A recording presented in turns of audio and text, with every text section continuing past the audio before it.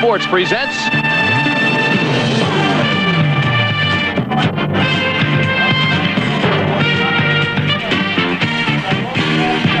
the Eastern Conference Southern Division Playoff 1984. Today's game has the Tampa Bay Bandits and the Birmingham Stallions playing for the right to advance to the Eastern Conference title game against Philadelphia next Sunday. It's the USFL.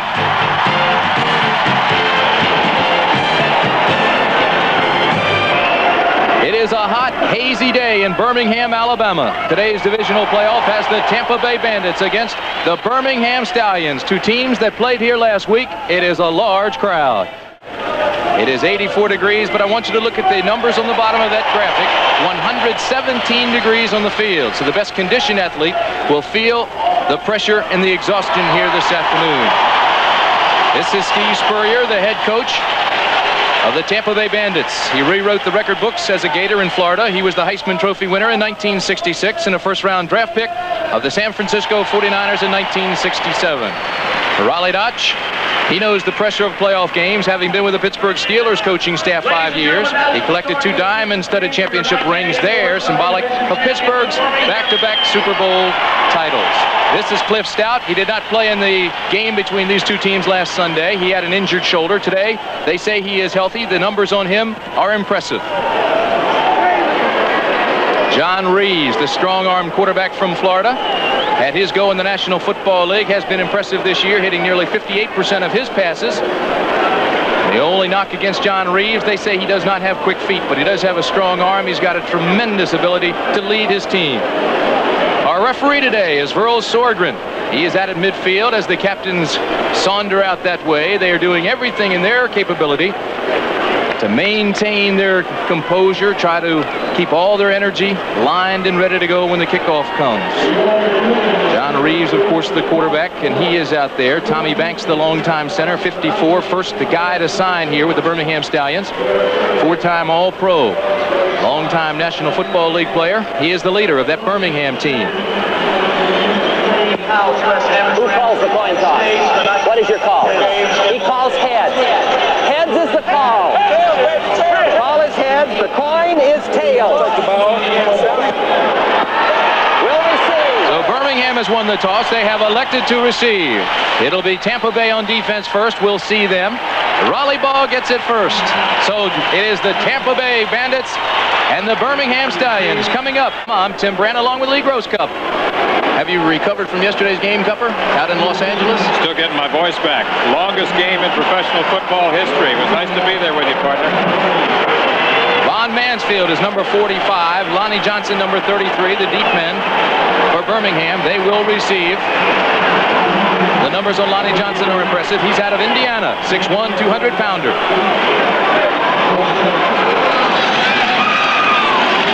And he can fly. He's got 4.8 speed. Birmingham has scored 539 points this year, which is second only to Houston. The most prolific offensive team. This is Tampa Bay. The special teams. The man kicking off, Zenon Andrusician. He's out of UCLA. Former javelin thrower in Canada. The Canadian champion. His dream was to play in the Olympics. Instead, he gets this. The conference playoff game, the divisional playoff game for the right to go and play in the conference championship game. This is Lonnie Johnson, right side, gets a block and takes it out to the 35-yard line. Take a look at the talent now on the Birmingham offense. You start with Cliff Stoudt, the quarterback from the Pittsburgh Steelers. Joe Cribbs, the leading running back in the league, along with Leon Perry, the big bull who runs at fullback. The wideouts, Jim Smith, and the little flyer from Alabama, Joey Jones. Robert Woods, Buddy Idolette, Tom Banks, Mark Battaglia, Pat Phoenix, Robert Earl. Your offensive line. It is a right-handed team, likes to run traps. They like to stay behind Phoenix and Sandin on plays exactly like this one. Joe Cribbs, right side, behind Phoenix and Sandin. Joe Cribbs ran that long trap play on the right side, which has been his favorite running play all year long. On that play, the left guard, Buddy Idolette, most consistent lineman for Birmingham, pulls and leads the play. First down by that much. Joe Cribbs, the first selection of the Buffalo Bills, second round in the 80 draft. Draft pick of the Bills, got from the 49ers for O.J. Simpson. Cribbs off to a fast start, Tim. 2 carries, 16 yards. They're going right to work at what they do best. Raleigh ball. That means possession football. Birmingham territory at the 39. Smith and Jones, the wideouts. Perry and Cribbs, the setbacks. First down. The fake to Cribbs. Stoudt, left side on the boot. He's going to lose 2 yards. That's not a boot, I don't think, Tim. It's a busted play. I think he was going for a double dive, and there was a mix-up in the backfield. Cliff Stoudt, despite the fact that he's been an effective runner this year with 440 yards on the season, and also the best rushing quarterback among NFL QBs in 1983, that time he found himself in the throes of a busted play. He made the most of it. It's been a fast turnaround for Cliff Stoudt this year as well. Cliff Stoudt played for the Pittsburgh Steelers last year. Took them to the AFC playoff games. Now comes right back in the spring to do the same with Birmingham. 3 down linemen by the Bandits. 4 linebackers, nickel back. Stoudt in trouble again. And he gets back to the line of scrimmage, maybe picked up 1 yard before Mike Butler tracks him down. Mike Butler, the man who leads the team in sacks with a total of 11. There you see his statistics. He's out of Kansas. He's an 8-year pro, was an All-American at Kansas in the mid-70s.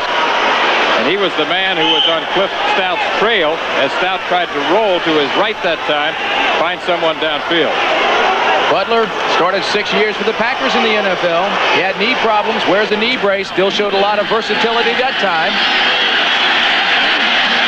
Third down, big third down play here, Tim. Third down, Birmingham converts on third down 49% of the time. Ken Talton, Joey Jones, and Jim Smith, the wide receivers.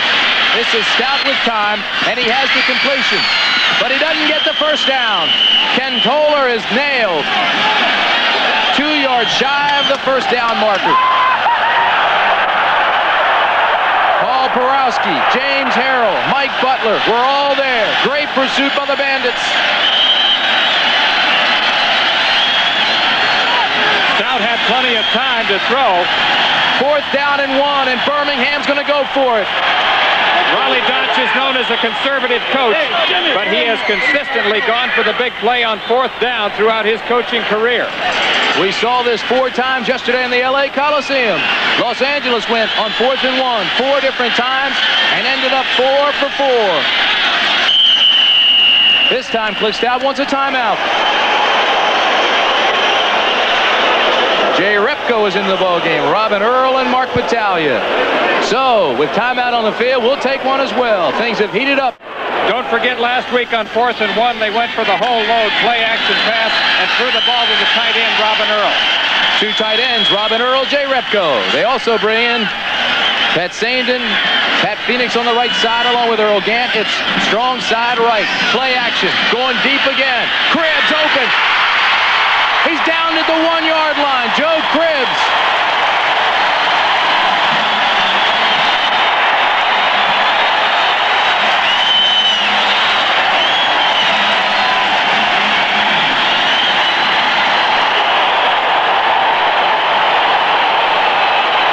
Just as I was saying, 2 weeks in a row they go play action pass on 4th and 1. Fake to Leon Perry first.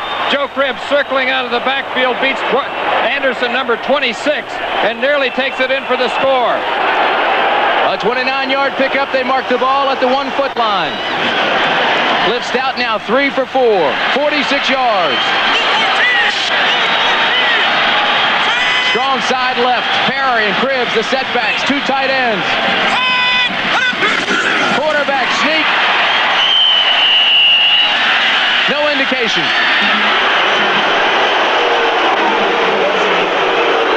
It'll be 2nd and goal. Remember the ruling, the ball must break the plane of the goal line. And in that case, I don't think the ball did. I think his shoulders did, but not the ball. Good effort by Kelly Kirschbaum, number 51, who's playing with pain today. They stay with 2 tight ends. It's Cribbs and the big Leon Perry.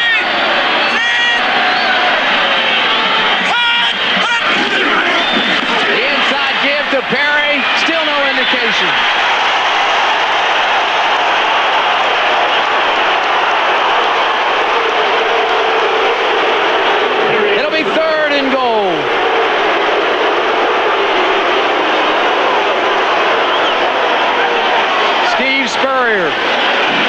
is as close as you can get. Big Leon Perry behind the left side. Takes the ball right to the 1-inch line again. Kelly Kirschbaum, number 51, is up from his linebacker position to shut the play down. He leads the mass of tacklers right there. The key on goal line defense. The down linemen try to penetrate 1 yard deep in the offensive backfield and let the linebackers fill. It's 3rd and goal. Touchdown Birmingham. Cliff Stoudt.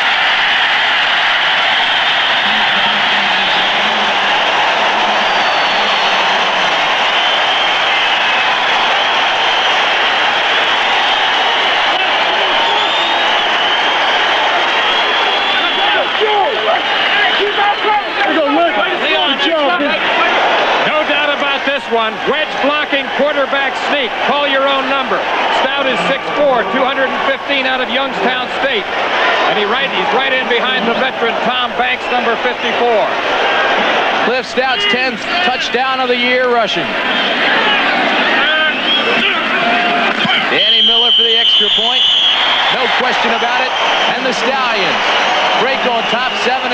So, just like last week when these two teams squared off, they went on 4th and 1 for the big gainer and they've scored. We've got a 7-0 ball game. We'll be right back. Danny Miller to kick off. The deep men, Alvin Bailey and Ricky Williams.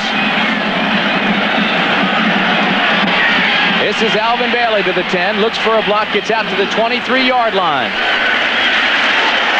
Let us set the offensive lineup for you then. John Reeves is the starting quarterback. Out of Florida, we talked about him and we amplified on his abilities. He is a strong-arm quarterback.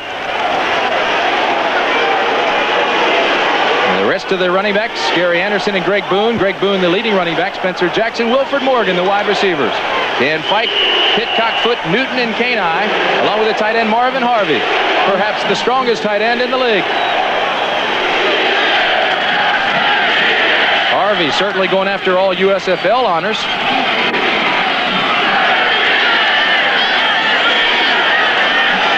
First down at the 10, the ball on the 23. This is Reeves, the give is to Anderson.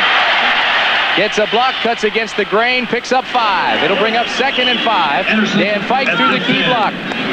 Gain of 4 yards. The Birmingham defense is interesting. They will run 4 down linemen today. They did have a 3-4 scheme early in the year. Mike Perko, Jackie Klein, Joe Cuglieri, and Dave Purifour. The 3 linebackers are Herbie Spencer, Bill Rowe, and Taft Sales.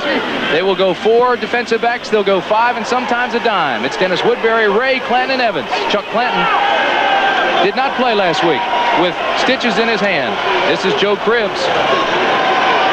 Had the big 29-yard catch on 4th and 1 to set up Cliff Stout's touchdown just moments ago. Along with 2 carries for 16 yards, showing his all-purpose abilities on the initial drive.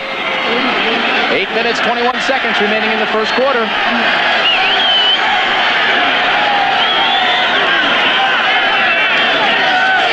This is Boone, left side, big hole, first down to the 45, the 47-yard line. Dennis Woodbury had to catch him from behind. Boone got to the secondary quickly on a trap. Here's the battle of the trenches, and watch the left side of Tampa Bay's line right there that sets it up on a crossfire action for Greg Boone. Nate Newton was the man who pulled and led the way. Boone came into today's game with 1,009 yards, the leading rusher on the team, ahead of Anderson at 1,008. The first Tampa Bay first down of the game. Long trap play, set it up, 21-yard gain. This is Reeves to throw, in traffic. Knocked away nicely. It was intended for Willie Gillespie. Here's Mike Adamley down on the sidelines.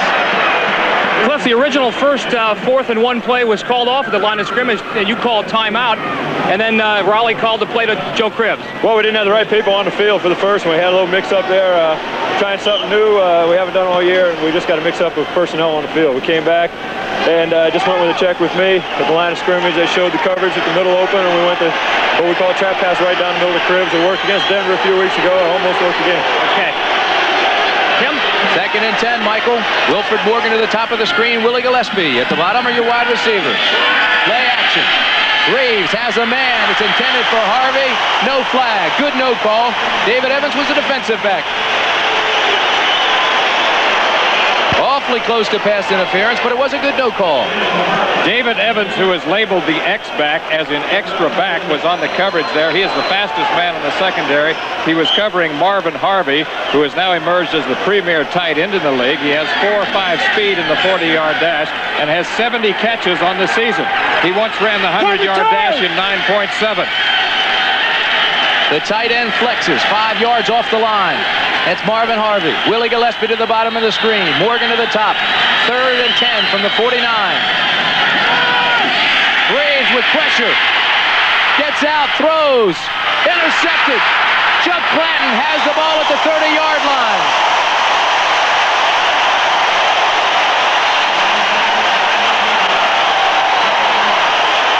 Chuck Clanton's 11th interception of the year. He limps off the field. The pressure on John Reeves is what sets up the interception. Linebacker number 58, Taft Sales, out of the University of Missouri, a rookie, pressures John Reeves. Reeves is off balance when he throws. He tries to get the ball into the secondary, and it's picked off. From Reeves' viewpoint, watch the pressure now. Taft Sales, number 58, the linebacker, forces him forward. He throws off balance. Here's Chuck Clanton, who missed last week with a hand injury, making his appearance and his 11th interception of the year. So Birmingham, who leads the league in giveaway takeaways at plus 18, gets the first turnover of the game. As Cliff Stoudt capped a drive for the Stallions on their first possession, Jim Kelly did the same for the Gamblers in the Astrodome, running it in from 14 yards out to give Houston a 7-0 lead over Arizona in the first quarter. And Tim Brandt, I'm sure that you and Lee Grosskopf are hoping for another 7-quarter epic today. Jim Lampley, Chuck Clanton was hurt on that interception. It was his 11th of the year, but he has ice pack on his knee. It's been a banged-up secondary all year for the Birmingham Stallions. Chuck Clanton did not play last week because of an injury to his hand. Nor did Dennis Woodbury. That took 17 interceptions out of their secondary. A very vociferous crowd at Legion Field. First down, Stallions. From the 30, Stoudt to throw, rolls right. Has the whole sideline. First down, Stallions. Cliff Stoudt was one of the leading running backs for the Pittsburgh Steelers last year. Comes into this season, and again, he's got 440 yards with 9 touchdown runs. That is the man who rewrote the press guide when he was at Youngstown State, surpassing most of the records previously held by Ron Jaworski. And he was equally effective in college, both as a runner and as a passer. In college, he had 25 touchdowns rushing. Rollie Dotsch looks on. Cliff Stoudt now 5 carries, 12 yards. First down from the 43.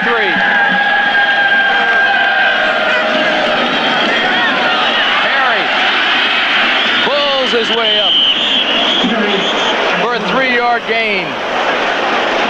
The rules of this game are simple. Straight ahead, no fair dodging. I like that. 117 degrees on the field. Watching, so I came back and helped foot. The best conditioned athlete will be tested here this afternoon. They will try to keep fluids in these players, keep that fan running, keep them as cool as possible.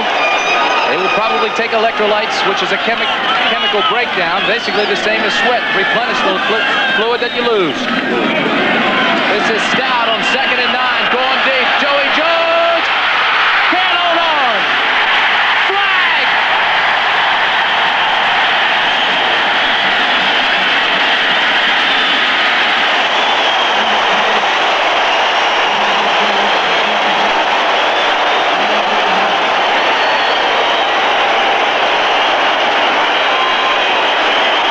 Interference against Tampa Bay on Joey Jones. The call is on Jeff George, number 33. Jeff George, the left cornerback, is covering Joey Jones deep. Joey Jones running a deep post pattern as Cliff Stoudt settles back after play-action pass. Now remember, both have a right to the football. Both of them have a right to the ball.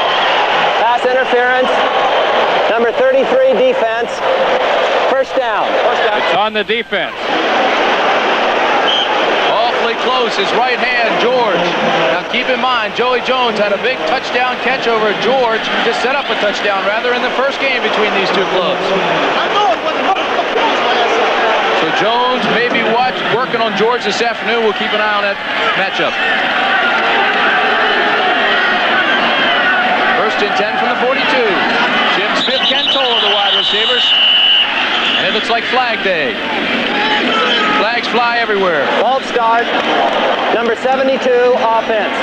That's Robert Woods, Tim, the left tackle, who settles in right next to Buddy Idlelet on the left side. Robert Woods set out a part of last week's game. He's a big one. 6'5", 258 pounds out of Tennessee. It's the first time in 13 years that he's been on a championship team.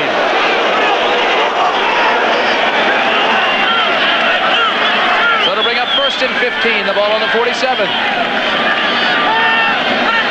Toller in motion. Stoudt with pressure. Backside. He'll be sacked. James Harrell, number 50, came through and sacked Cliff Stoudt. Right now, let's go down to Mike Adamle.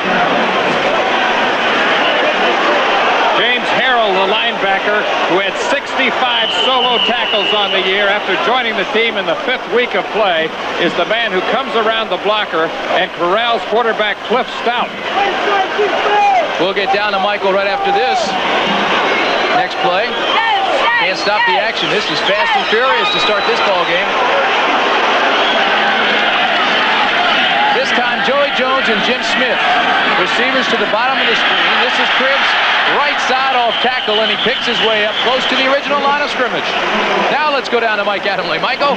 Chuck, a little bittersweet injury, interception there. What happened on the play? We were in a cover 3, and I landed on at the wrong angle. And just bruised it a little bit. You all right, though? I'll be fine. Okay, you'll be playing again then? Oh, yeah. Okay. Cover 3 to me means zone coverage. Cover 3, they were playing a lot of zone, and Reeves threw into the zone. That's what it looked like. That's where he is. He's in the deep zone right there. Makes the interception, but injures his knee in the process. North A, cover 3 defense. It'll be 3rd and 11 from the 43. Toller in motion. Stoudt going across the middle. Incomplete. Intended for Hartsfield. Joe Hartsfield out of Jacksonville State.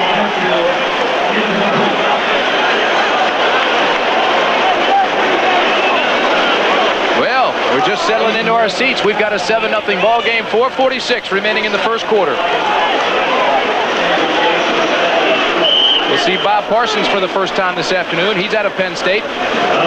One of the bigger punters in the league at 6'5", 224 pounds. You saw his average, nearly 39 yards. Alvin Bailey is the deep man for Tampa Bay. The key for Tampa Bay right now is to maintain the pressure, try to stay in the ball game, and somehow nullify this crowd. This is Bailey at the 10.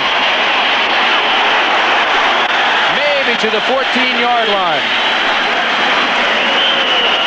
So Parson gets off a 34-yard punt. Bailey brings it back 3 yards. They'll set it at the 14-yard line. So that's where Tampa Bay will have the ball at second possession of the day. The first time they turn the ball over. Reeves now gets a second. Tampa Bay doesn't have a very good field position to start off following a 34-yard punt. Alvin Bailey was the man who took the ball at the 10 and returned it 4 yards. Bailey has never fair caught the football. Chuck Clanton, the man who made the interception defensively in the last series, is back in the ball game. He left with a little injury, but it was a little nick, and he's back in. This is Boone.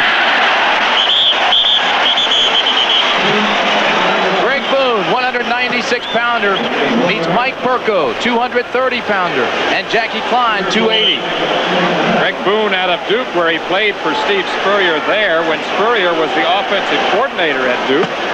One of the things Steve Spurrier told us last week was that he learned more as the offensive coordinator at Duke than at any time in his coaching career. Got a lot of his present ideas there. 2nd and 9. Boone was also the team's leading receiver last year. Quick slant and pattern. This is Gary Anderson. Anderson Will be about a yard shy of a first down for Tampa Bay, but it's still a fine pickup on the quick slant. Chuck Clanton is the man who made the tackle.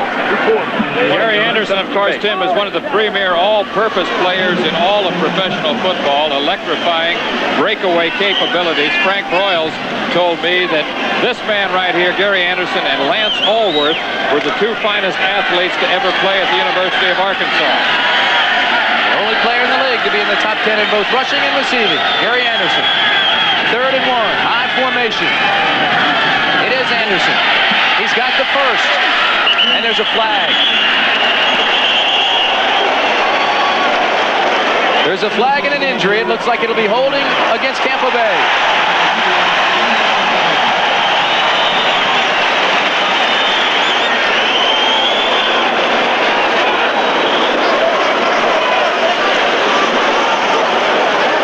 Steve Spurrier looking perplexed right there. He has a reputation of being kind of laid back, but I think that's inaccurate. He's one of the most intense competitors I've ever known.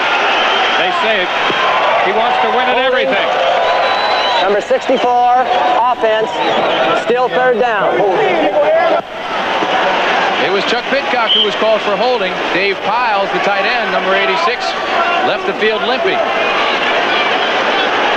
So 3rd down, obvious pass situation. Reeves off to a slow start. 1 of 4 in the passing department for 7 yards.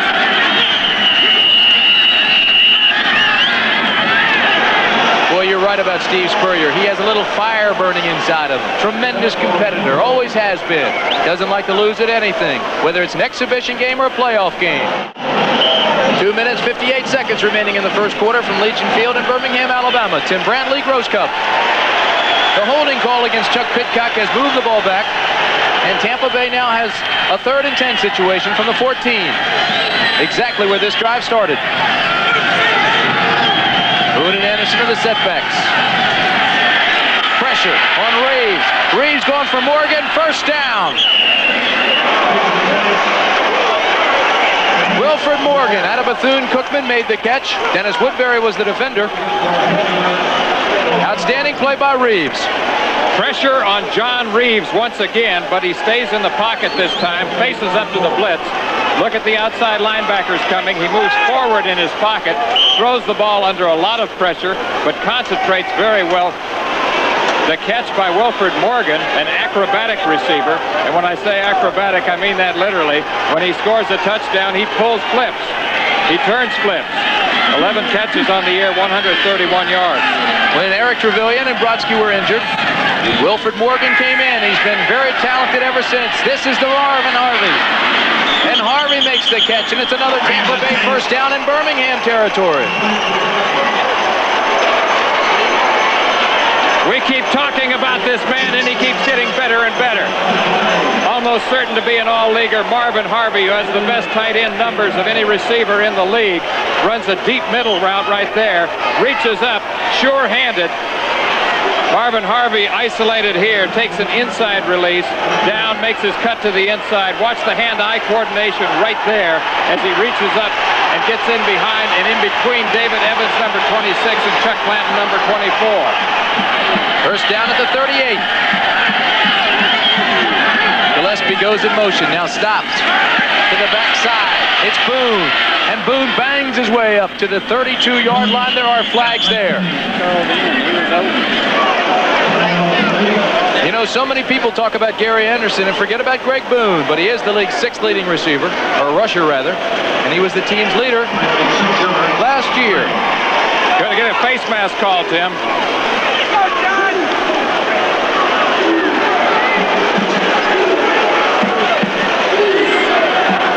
Here's the call. Grabbing the face mask, number 55, defense, first down. It's called on Herbie Spencer, 55. Herbie Spencer, who has been the leading tackler on the team and has the best all-purpose defensive numbers over the last 2 years for the Stallions, was cited for that infraction that time, but he's a player. We've liked him consistently in the times that we've covered at Birmingham this year. Best penetration by Tampa Bay today. Down inside the 30-yard line. It is now marked at the 27. Houston Houston Gamblers leading Arizona 7-0. That game in the first quarter. Quite a shootout there. George Allen's Arizona Wranglers. #1 defense going against the #1 offense. Tim, in the 2-year history of this league, this has turned into one of the best rivalries. Don't forget, coming up at halftime, big win by Los Angeles over Michigan at the LA Coliseum yesterday. Lee Grosscup and I were there, part of history, the longest football game in the history of pro football. 27-21 LA, and we'll have highlights of that when Jim Lampley talks to you at halftime. 21-21 in regulation. The final was 27-21. In the third overtime period. Wilfred Morgan, the bottom of the screen. The top of the screen, Willie Gillespie. The tight end, Marvin Harvey.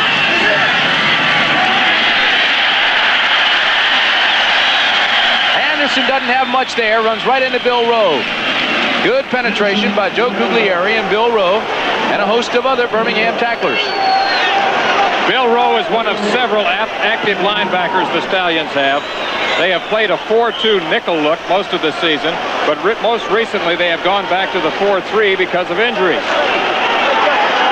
Bill Rowe came to this team from Memphis at midseason through a trade. Second and 11 from the 28.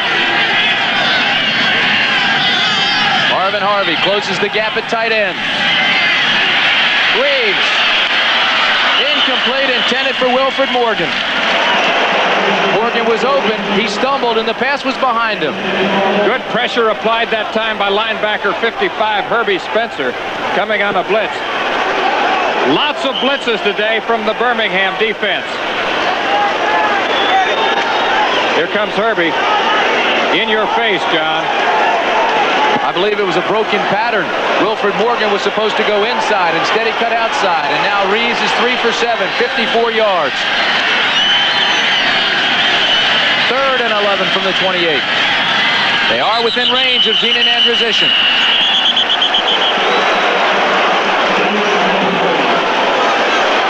Somebody jumped too quickly. False start. Number 61, offense. Nat Newton is the guilty party. Number 61 right guard Nat Newton, the biggest and strongest man along the front wall for Tampa Bay. Encroachment right there. Earlier, Chuck Pitcock was called for a similar infraction. Rollie Dotsch, Timmy, is a true fundamentalist. More to come on that. So with 28 seconds remaining in the first quarter, it's now 3rd and 16 from the 33 for John Reeves. Harvey in motion. Zone defense by Birmingham. They dropped the ball over the middle, intended for Boone, incomplete. Jackie Klein got a big bear paw on it. Jackie Klein, 6'5", 278-pounder, reached that big arm up and knocked it down. A good one out of Alabama. He comes back off the injured list, and he should give that defensive front wall a real shot in the arm. The Z-Man out of UCLA, one of 3 good UCLA kickers in the league. Zenon Androsian from 50 yards. His longest is 49. This one, it's long enough, and it's good. Zenon Androsian out of UCLA. In Canada, he was a soccer player. Also threw the javelin. You know, he told me his dream was to participate in the Olympic Games. And he was the #1 Canadian javelin thrower in 1968 on his way to Mexico. Now he's a fine kicker. He's got to be a candidate for Special Teams Player of the Year, both for his place kicking and his punting. He keeps the head down first, looks up after he finishes. He knows he has it. Look at his reaction. Jubilation by that man, Zenon Androsian. Last week, Zenon Androsian in this very stadium against the same team. Attempted a 50-yarder, had the distance, but it hit the crossbar. From his viewpoint, look, early on it looks like he may have hooked it, then it shows it's perfect. It may be short, but it hits the crossbar, reaps in. It's good. So last week from the same distance he hit the bar, it was no good. Today, the same distance, it's good. Do you believe in justice? What a difference a week makes. A hot, hazy day in Birmingham, Alabama.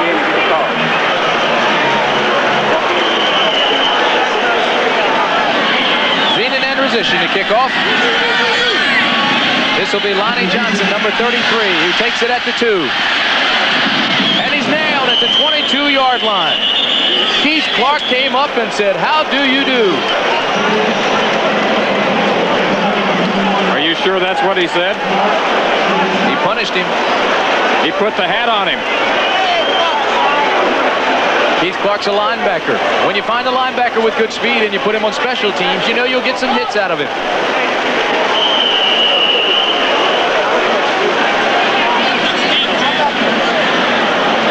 And that should just about do it for the first quarter. So last week, it was 1 point that separated these two teams. Tampa Bay won that one 17-16. These two clubs have played 4 times the last 2 years. 1 point separates them. After the first quarter of the playoff game, the Stallions lead it. Nobody does it better than Birmingham. Look at the bottom line. They kept the ball 8 minutes, 15 seconds. However, in total yards, Tampa Bay leads. That's a little misleading. The pass interference call is what set up the touchdown for Birmingham. Just underway, second quarter. Birmingham worked out behind closed doors all week. Joe Cribbs, right side, picks up 5. Conversely, Tampa Bay did what they did all season. They had open practices. They were very open with the media. Didn't hide a thing.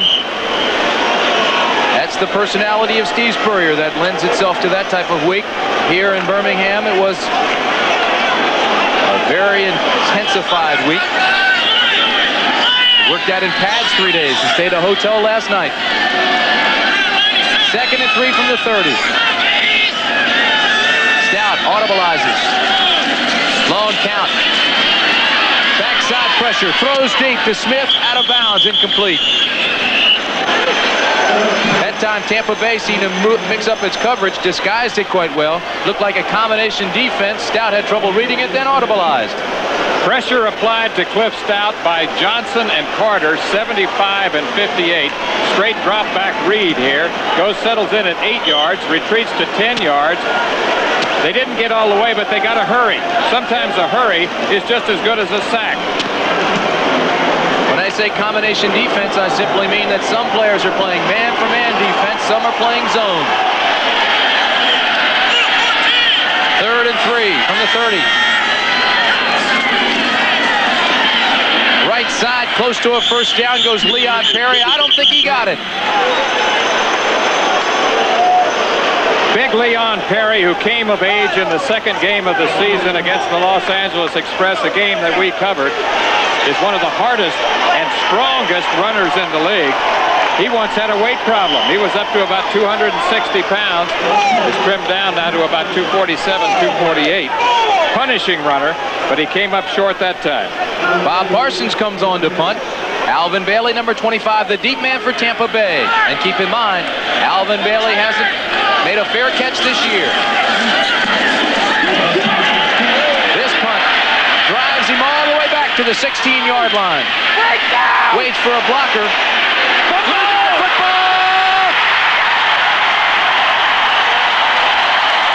Birmingham! Buddy Idlet, number 78, has the football for Birmingham. Lonnie Johnson was the man who got the hit. There is a flag. But it's Birmingham's football. On the return, an illegal block in the back. Number 31 of the return team. Penalty declined. First down. You heard the declaration by Burl Sordren. You can see the reaction of the crowd. Take another look how it happened. Alvin Bailey, number 25, has the football. Watch the hit that's going to come up here by Lonnie Johnson, number 33. Right there, he crosses it and strips the ball away at the same time. Buddy Idlet, number 78, covers the ball for Birmingham. First down at the 20. Cribbs, hole, into the secondary. Long trap on the right side. Sandon and Phoenix lead it. Buddy Idlet pulls from the left side, number 78, and leads Joe Cribbs. That has been his most successful running play throughout the season. It started with a big run against the Los Angeles Express in Game 2. He's repeated often throughout the season. Joe Cribbs rushed for more than 1,000 yards 3 seasons with the Buffalo Bills, another 663 yards in the strike-shortened season. This is Cribbs. First down, Stallions.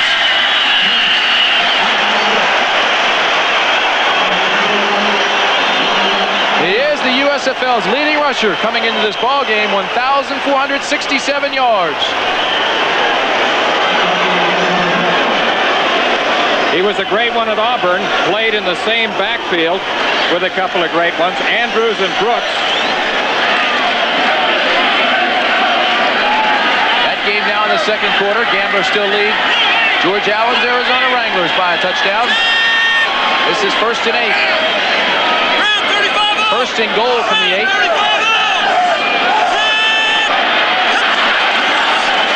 Perry breaks a tackle. Left side to the 3. Leon Perry.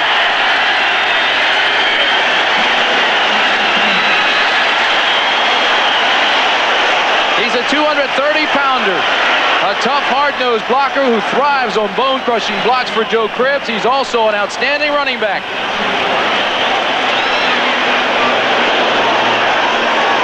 Interesting article earlier in the year in the National magazine. Matt Millen was quoted as saying that Leon Perry was one of the hardest runners he had ever tackled.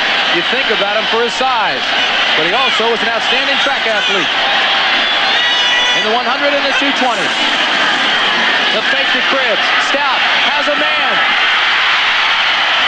Out of the back line. Jay Repko made the catch, but he was past the back line of the end zone.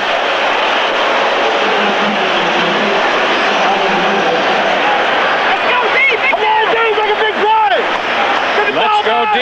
They're saying, let's go D. That means, let's go defense.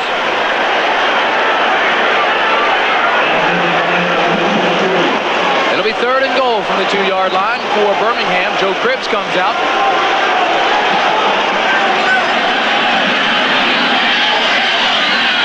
The setbacks now, Leon Perry and Earl Gant. Play action. Stoudt has the side. Touchdown, Stallions.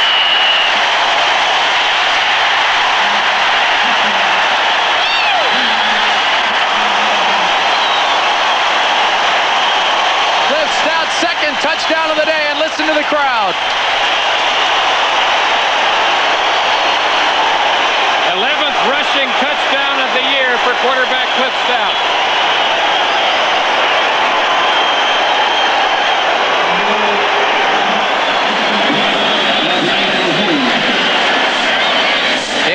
Comes on to attempt the extra point. Danny Miller's out of Miami. Had a try with the Washington Redskins.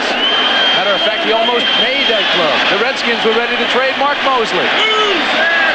Played for Jacksonville earlier this season.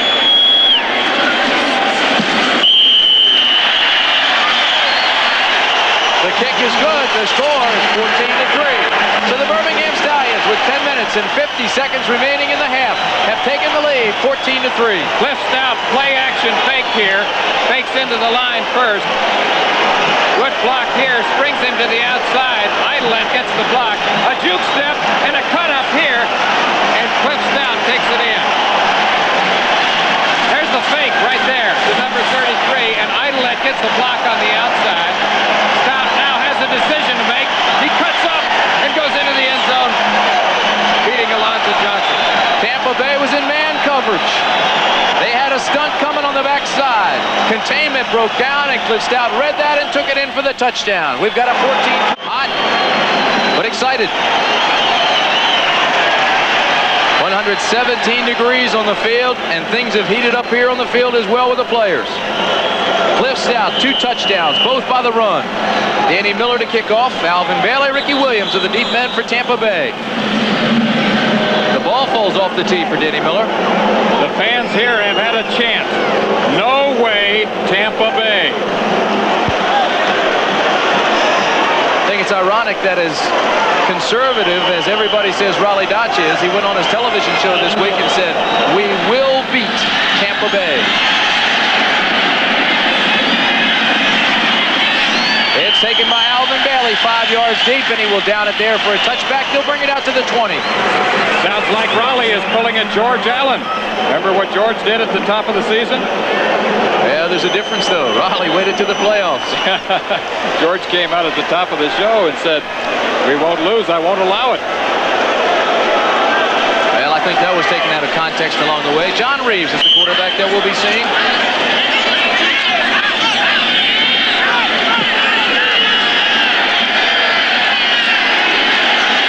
John Reeves was injured last year after the 7th game. He sat out with a broken wrist. First down from the 20. Reeves with time. Throws, and it's complete to Gary Anderson. It's a gain of 6. It'll bring up 2nd and 4. That's a play they used effectively in the ball game last week, a little slide out pattern where Anderson just makes a move upfield and then slides to the outside. Puts him in a one-on-one situation with a linebacker, and he should be able to beat the linebacker to the sideline. Houston has gotten a field goal. They now lead Arizona 10-0 in the second quarter. Tony Fritsch, the USFL's leading scorer. 2nd and 4 from the 26-yard line. The give inside to Boone.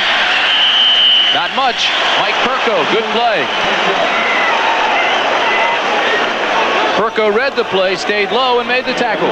Perko is one of those physical, consistent players as we look at Steve Spurrier giving signals here along the sidelines. He flashes the plays in. That's Jimmy Jordan next to him.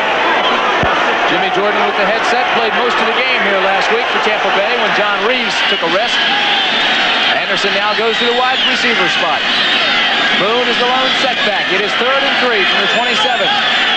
Marvin Harvey now flexes at his tight end spot, 3 yards off. The pass almost intercepted, pass interference. David Evans hit Willie Gillespie too soon, and they'll call pass interference. One thing we should mention that we didn't mention earlier on the pass interference call earlier was that in this league, they don't put the ball at the mark of the infraction. Instead, they mark it off from the line of scrimmage.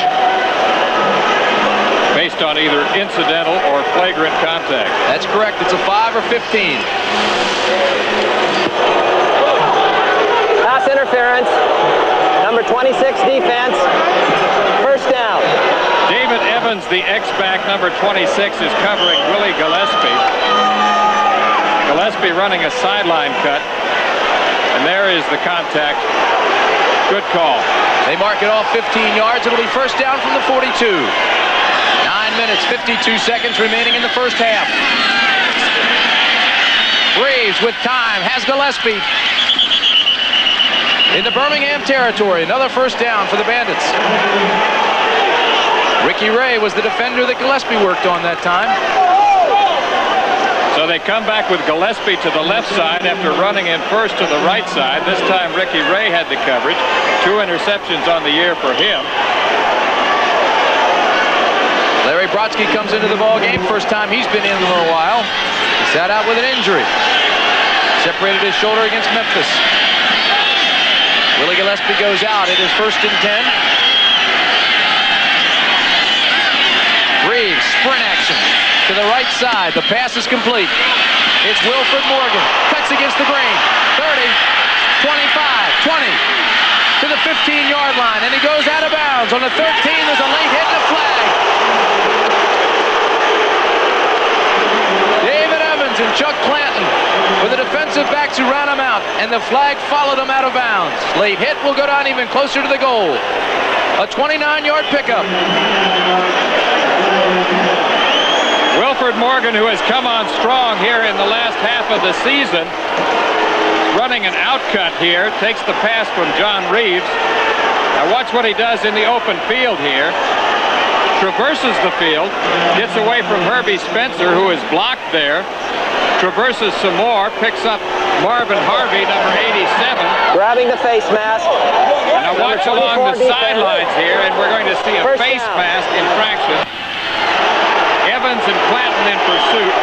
There's the face mask right there by number 24, Chuck Clanton, who grabs with his right hand.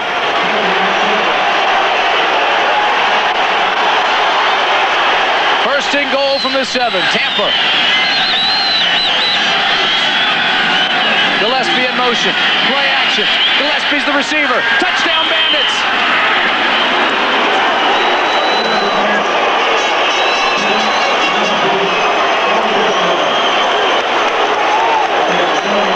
That silences the crowd here at Legion Field. How quickly a game can turn when you have big play capabilities. When you play bandit ball, you can move it in a hurry. Sprint out action here. Fake to Anderson, the tailback. Reeves continues to move to the corner, pressures the corner. Gillespie runs a sideline cut and gets into the open area of the defense in front of Dennis Woodbury, number 21. So after a slow start, John Reeves now 7 of 12 in the passing department for 113 yards and 1 touchdown. Willie Gillespie caught a 6-yard touchdown pass in this stadium last week against the Stallions. He comes back and does it again, and Birmingham will have to line up now because Tampa Bay's going for the 2. It was a 2-point conversion yesterday by Steve Young to set that game into overtime at the Coliseum. This is Reeves. Reeves throws. It's good. Again, it's Willie Gillespie. And he improvised that time, Tim. Did you see it? He was running a sideline. But there's a flag and a scuffle. Steve Spurrier's beside himself. But now he gets the call that he likes. Here's our referee, Verl Sorgren, with a declaration. Count the 2 points. Personal foul. Roughing the passer. Number 55, defense. Penalty assessed on the kickoff. The penalty is on Herb Spencer. We've got ourselves a good old-fashioned Donnybrook here at Legion Field in Birmingham, Alabama.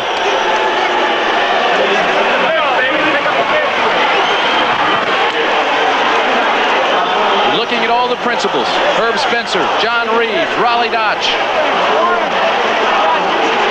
Take another look at this play. Watch the improvision. The improvision here by the wide receiver, Willie Gillespie, as John Reeves sprints to his right. He started to his outside. Reeves waved at him once. He pumped the ball, and then he cut back to the inside, and Reeves hit him with a bullet. So we've got a 14-11 ball game with 8 minutes and 50 seconds remaining in the half. Birmingham has scored 539 points this year, which is second only to Houston. And right now, Houston leads Arizona 10-0. That game in the second quarter as well. The drive, 5 plays, 80 yards. It only took 2 minutes. And Willie Gillespie was the man not only that made the touchdown catch, but he also made the 2-point conversion. Remember, bandit ball is synonymous with unpredictability. An onside kick is not out of the realm of possibility here. They will do anything at any time. 8 minutes, 50 seconds remaining in the first half. Lean and end position to kick off. He kicks it away and he knocks it out of the end zone. So it'll be a touchback, and they'll bring the ball out to the 20-yard line. That's where Cliff Stoudt and the Birmingham Stallions will have the football to start this series. They have the lead, 14-11. Birmingham, of course, is a team known for its possession football. Field position certainly has got to be an important part of that. You see that when they started at the 36, they moved for a touchdown. Then they took 1 drive from their 20. Birmingham averages more than 32 minutes per game. Time of possession, the best in the league. First down from the 20. Joey Jones, Jim Smith, the wideouts. Cribbs and Perry, the setbacks. Here comes the stunt. Joey Jones, first down. So Cliff Stoudt read the stunt and threw the quick look in. Right now, Willie Gillespie is with Mike Adamle. Okay, Tim. Willie, a couple of series, you had little problems there picking up the blitz, and then the third series touchdown. Yeah, well, they were doing a lot of things that we were expecting them to do, but our offensive line more or less have to play and to get, adjusted to what they were doing. And now I think the offensive line is ready. They're picking them up pretty good, and we pretty much getting one-on-one coverage, and they're holding them out. It's just a matter of throwing and catching now. Tim? Leon Perry on the screen, another first down for the Stallions.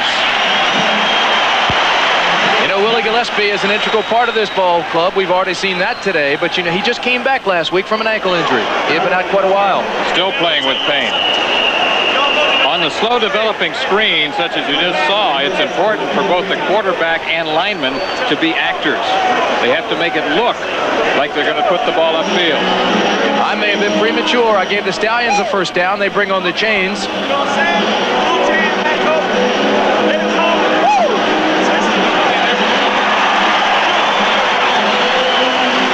Well, you've still got the bionic eye as far as I'm concerned. First down, Birmingham.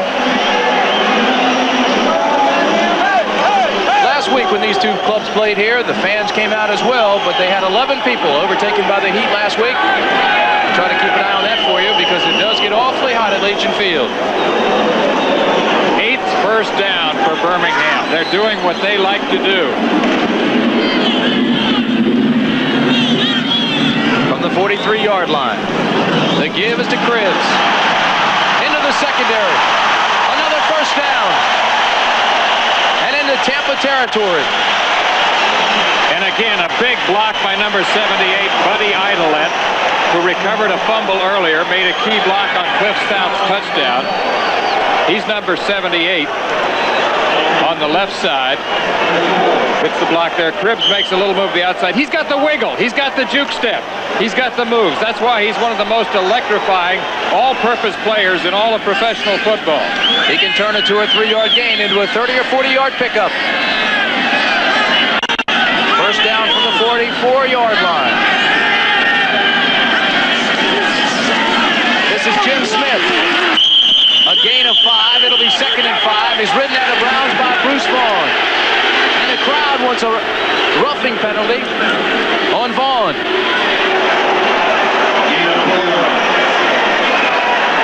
Jim Smith out of Michigan by way of the Pittsburgh Steelers had the reputation of being one of the finest possession receivers in all of professional football.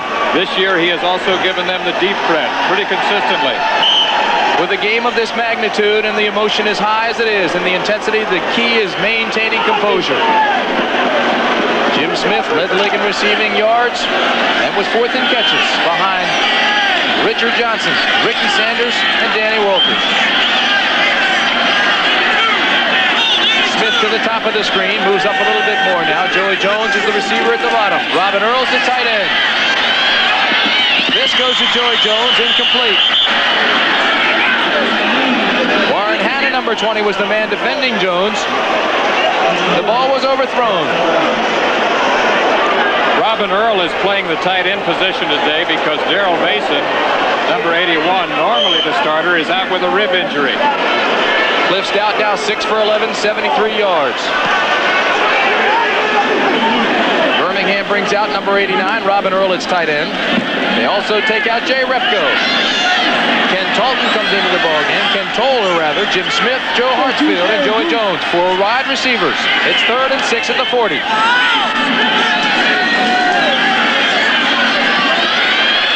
Incomplete, intended for Joe Hartsfield.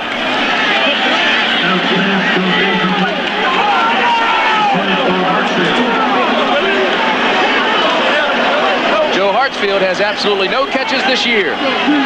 They're using the 4 wide receiver offense at times today, Tim, because of the injury to Mason, who Rollie Dotsch has called the most underrated tight end in the league. So the Tampa Bay defense rises to the occasion, stops Birmingham in its own territory, and Parsons now will have to punt it away.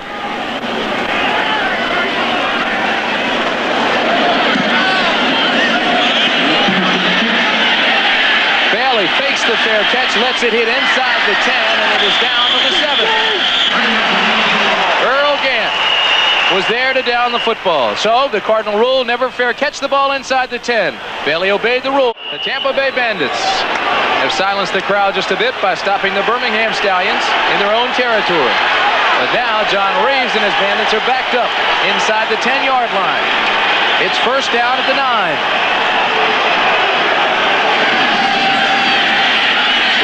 With pressure, throws into coverage, and it's almost intercepted. Birmingham rolled back in his zone. It was intended for Wilford Morgan. Reeves tried to throw it into coverage, and it was almost intercepted. The key to any pass defense is first to pressure the quarterback. Birmingham has been doing that with pretty good consistency. Number 75, Dave Purifoy, first gets the pressure on Reeves, forces him to slide forward. The ball is tipped right there. First by number 55, Herbie Spencer. Then again by Spencer. Ricky Ray also in on the action there, and the ball was tended for Wilford Morgan, number 80. It'll be 2nd and 10 from the 9. We've got 5:19 remaining in the half. Anderson out to the 15-yard line. Good block by Greg Boone that time. Greg Boone complements his running skills with fine blocking ability. He threw the key block that time to Spring Anderson for the yardage he got. It'll bring up 3rd and 4. Gary Anderson, of course, is a slashing runner out of the University of Arkansas. He put a lot of records in the book when he was there.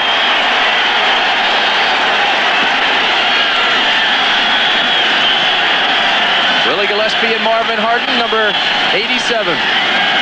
The bottom of the screen, at the top of the screen, Wilford Morgan. Everybody in tight.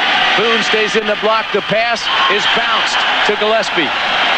Incomplete.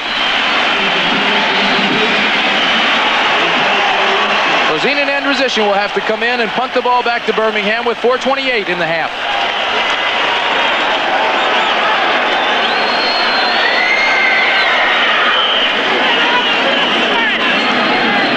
Andrusician has had a 66-yarder. His average just over 41 yards. This one a high spiraling punt. Ron Frederick takes it at the 45-yard line.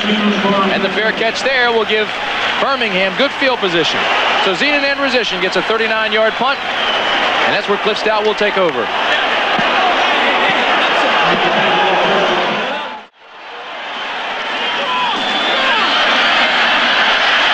Joe Cribbs into Tampa Bay territory.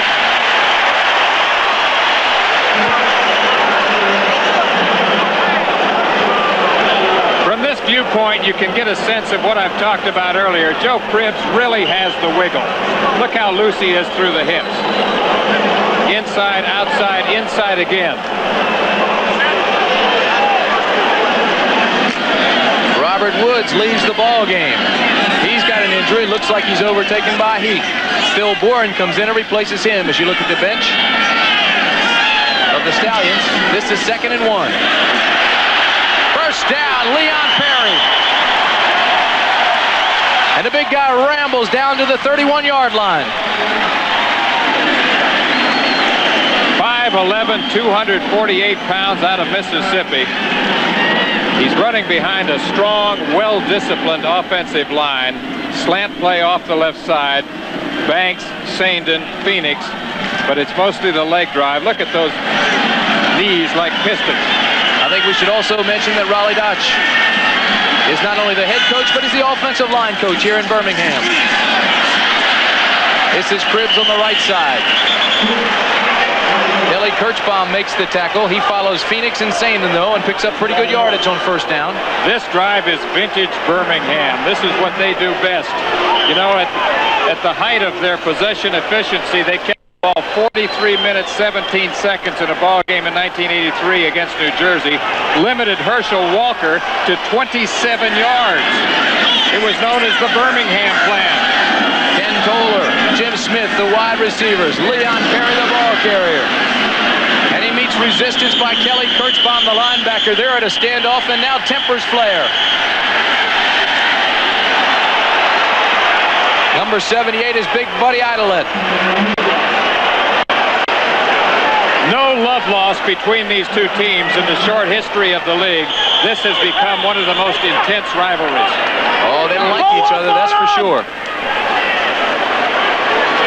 Steve Spurrier working the bench. Here at Legion Field, the numbers on Cliff Stoudt. Right now he is faced with a 3rd and 3 situation. The ball at the Tampa Bay 24.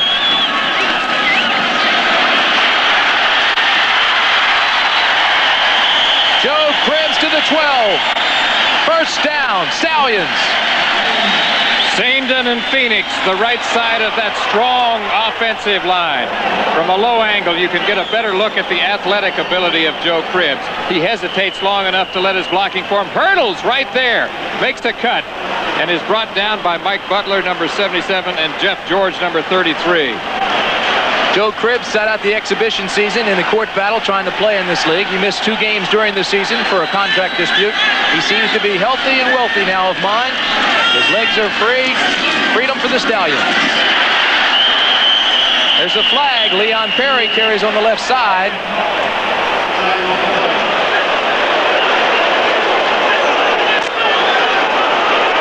And it's going to be holding against the Stallions.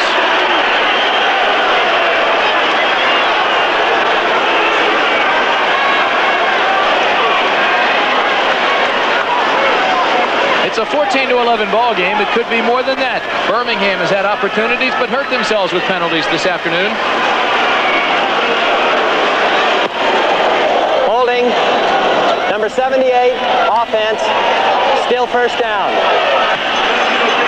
That is the 6th penalty for 55 yards for Birmingham.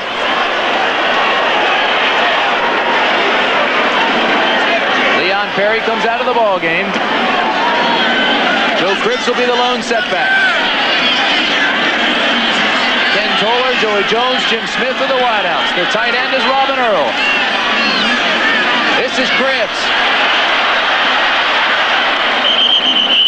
And Kelly Kirschbaum did an outstanding job. He got rid of the blockers, got out of the way of the blockers, and made the tackle on Cribbs. Variation of the old Statue of Liberty play. Kelly Kirschbaum playing with pain today. Didn't know if he would play. He says, I've got the tuxedo and the corsage. I'm going to the prom. Joe Cribbs, the All-American at Auburn, where he rushed for 100 yards 11 times for the Tigers. Twice he ran for 200-plus yards. Never been on a championship team. You know, Joe Cribbs used to hitchhike down Route 78 here in Alabama to be in the crowd at Legion Field to watch college football on Saturdays. After watching so many Alabama-Auburn games, he decided to become a Tiger. Go to Auburn. I love that story. This is a great football stadium.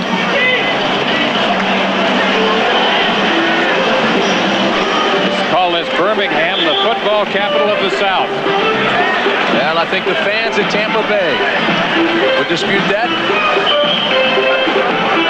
Tampa Bay, of course, the site of the USFL championship game this year. That'll be held July 15th, just 2 weeks hence. Those ladies known as the Phillies. 2nd down, 18. The ball on the 20. Tampa Bay shows blitz, now drops off. Zone defense. Stoudt has an opening and can't get out of it. Fred Norgren, big number 68, made the saving tackle on Cliff Stoudt because he had a whole lot of field open to him. Fred Norgren, who was playing the nose guard position before they went to the 4-man look, he's number 68.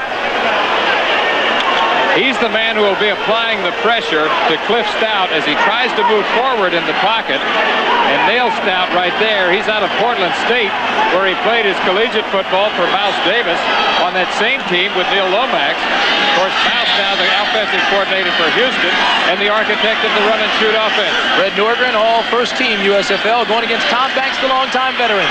This is 3rd and 22, and it's overthrown, intended for Joe Hartsfield. So Joe Hartsfield still has not made a catch this year. Bring on Danny Miller. Rollie Dotsch upset because he had a good drive going. We talked about how he's a fundamentalist. Defense, running, kicking, and the passing game in that order are his priorities. A 42-yard attempt by Danny Miller, so he comes on. His leg obviously strong enough, but he's only 2 of 5 this year between the 40 and the 49-yard line. He hit a 58-yarder for Baltimore in 1982. This 42-yarder has the distance, and it's good.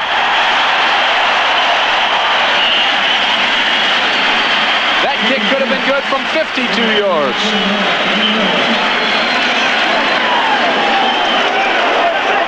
32 seconds left in the half. Birmingham now takes a 17-11 lead.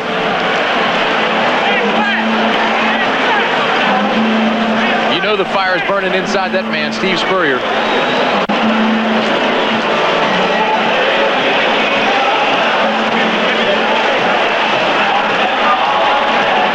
This is a classic confrontation, Tim. You don't think that's a war down there? Look at his forehead. Well, you were a linebacker and rover back playing your college days at the University of Maryland. What was it like on days like this in the trenches? You love it. You get the feel of the sweat, the blood, the grit, and the grime of the AstroTurf. 1st and 10, here we go. The kickoff is returned back to the 17-yard line by Alvin Bailey, and that's where they'll have the first down.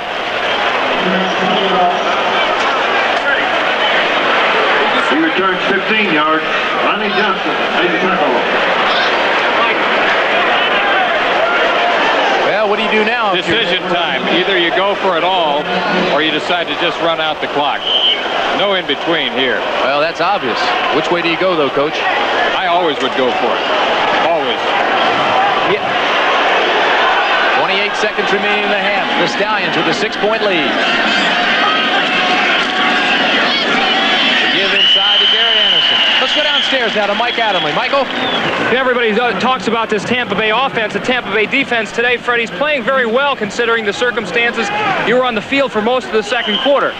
Well, I think we've been playing pretty well. We've let a little big play get through every once in a while, but we just got to toughen it up, tighten it up, not let them have the big play, and we should be okay. Okay, hang in there, Fred. Thanks Tim? very much. All right, Mike, that's the end of the first half. Both teams now will go in, take a break. Try to get something to drink, just sit back and relax and start thinking about what they did right, what they did wrong, and what they have to do to win this game. We'll be back. ABC Sports Control in New York will be continuing with USFL halftime activities in a moment, but first, a look back at the longest game. It was played yesterday afternoon before only 7,964 fans in the Los Angeles Coliseum. That doesn't seem so important now. What is important is that the United States Football League now has something to hang its hat on, a piece of lore, a piece of history. Coincidentally, in 1962, the American Football League got its with the game between the Dallas Texans and the Houston Oilers, which was at the time the longest game ever played. Now there is this one, and when the Los Angeles Express had finally won it yesterday afternoon over Michigan, the talk in their quarters was not so much of victory as of physical and emotional exhaustion. I've been overtime a couple times, but nothing like this. Nothing at all. What did it do to you? I feel kind of tired. I need to go find my bed right about now. Lay down. Have you ever been in a game like this? No, I haven't. And I tell you, I never want to play that long again as long as I live. Personally, it was, you know, it was fun, but then it got to be too long. You know what I'm saying? And it was just a matter of who was going to break first. We came back too, and they had the game won, and we came back in the last couple of seconds and won it. I mean, to tie it up and then win it. But we've come a long way. We're doing all right, and we just got to get ready for next week and hopefully get healed up. I don't know how we're going to do it, but we'll just have to get healed up and get ready to play. This gutty run on 3rd down in the closing moments set up the short touchdown plunge by Kevin Nelson, which gave Los Angeles a chance to tie the game in regulation with less than a minute to play. Young didn't get in on that one, but he handed off to Nelson on the next play. Nelson went in from 1 yard out, and it was 21-19. The pattern had persisted throughout the game. Young wasn't throwing well enough to win it, but his running was keeping LA in it. And here on the 2-point conversion run, he came through once again. Now it was tied at 21. In the first overtime period, Michigan had a chance to win. A 37-yard field goal attempt by Novo Bojovic, who has won a lot of games for the Panthers in their first 2 years of existence, normally has come through in the clutch, but he hooked this kick. It went wide to the left. And the game was still going. Later, Bojovic would complain that the wind in the Los Angeles Coliseum had played tricks on him with that kick. There was no such excuse available after the second try. This one late in the second overtime from 36 yards out, and that one was a bad miss. So as a result of that second Bojovic miss, the game became the first professional football game ever to go into a 3rd overtime period, an elapsed time of more than 4 hours, the longest game in professional football history. On their first possession in the 3rd overtime period, Los Angeles finally scored. Mel Gray outrunning a by now exhausted Michigan defense to go in with the touchdown that gave Los Angeles a 27-21 victory. And afterward, Ted Dawson asked LA coach John Hadel how he felt about the win. Ever seen an effort like this from a team before? Never in my life. I've never been associated with anything like this. Never. I mean, all year long. You know, we were 3-6 at one time, I believe. Yeah, 3-6. You got a bunch of winners here. Yeah, we really do have, and they're really great kids, and you know, we'll go down to wherever it's at and see what happens next time. Next time, Mel Gray will not be available. The final poignant irony, he broke his arm on the winning touchdown run, and though carrying for 124 yards yesterday, he won't be able to play in next week's playoff game.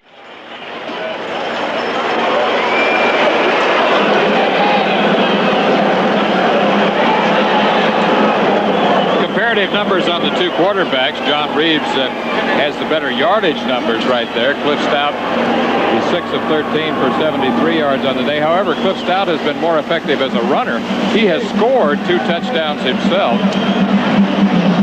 He's an all-around athlete out of Youngstown State. Mentioned earlier that he passed up Ron Jaworski. These teams, of course, are playing for the right to meet Philadelphia next week for the Eastern Conference Championship.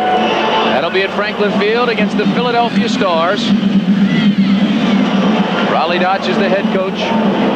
He is, in my opinion, one of the game's greatest teachers. Strong fundamentalist, strong on techniques. Also as a player's coach. These guys love him. And if this offense often resembles the Pittsburgh Steelers, you know why. He's best known as the offensive coordinator for the Pittsburgh Steelers. Playoff experience 4 times while he was there. He has 2 Super Bowl rings. 2 diamond-studded championship rings. Are symbolic of Pittsburgh's back-to-back Super Bowl titles in 1978 and 79. The southern congeniality of Birmingham. Did you have your grits this morning? No, sir. I had mine. I'm now a member of Weight Watchers. That's right. Congratulations. WW. When the season began, I said I'd lose 30 pounds. At the Winter Olympics, I weighed 230. Right now, I'm at 208. And a way to go, Tim. 17-11 is our score at halftime, and we're just about ready to begin the second half. It's been a good old-fashioned street brawl. I started to amplify a little bit on the rivalry. I think in the 2-year history of the United States Football League, this has developed into one of the best rivalries. It's 2-2 now over the last 2 years, and in total points, only 1 point separates the two teams over those 4 games. Birmingham has scored 89 points, a total that is. Tampa Bay has scored a total of 88. Rollie Dotsch, we've talked about him as being a true fundamentalist. Not surprising. Two men who influenced his life, Biggie Munn and Duffy Doherty, who he played for when he was at Michigan State. He was on a national championship team in 1952 when he played for the Spartans there. Some of his other contemporaries were Frank Cush, also at Michigan State during the 4 years that he was there. Played both ways back there for Duffy. 51 years old, a student of the game. He told us a great story. He said back in those days that they took all of the fullbacks and the slowest ones became guards. The 2 deep men for Tampa Bay. 25 is Alvin Bailey out of Alcorn State. Ricky Williams is number 44 from Florida State. Another outstanding coach on the right is Steve Spurrier. One of the most competitive, youngest, innovative, most imaginative coaches in this league. Danny Miller to kick off. It is a high kick, drifts over near the sidelines. It'll go out of bounds. The referee will throw a penalty flag. We'll move it back and kick it again.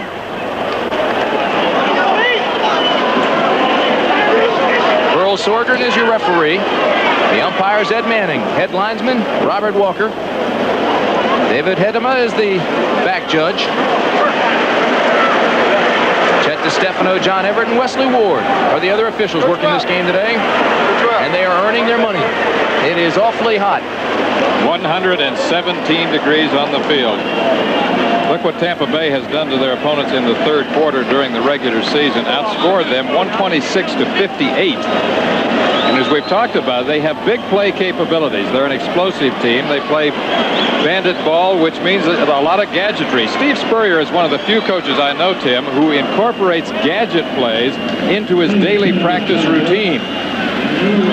Tampa Bay has improved its ground game. It averages 199 yards per per game in the last 4 games now. 134-yard average in the second half. This is Ricky Williams. 5 yards deep in the end zone. He'll down it there. It's a touchback.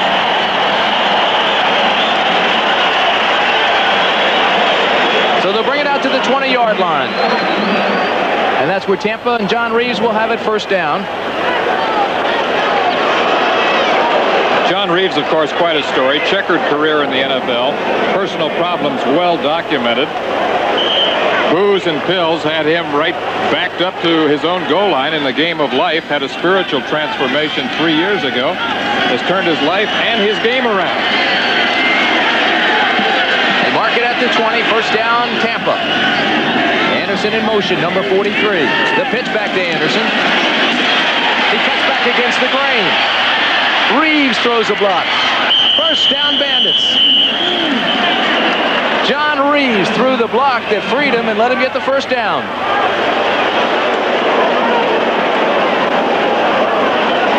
Let's take a look at John Reeves throwing that block. The pitch is to Gary Anderson, who comes from the wingback position. He sees traffic on the right, comes back to the left.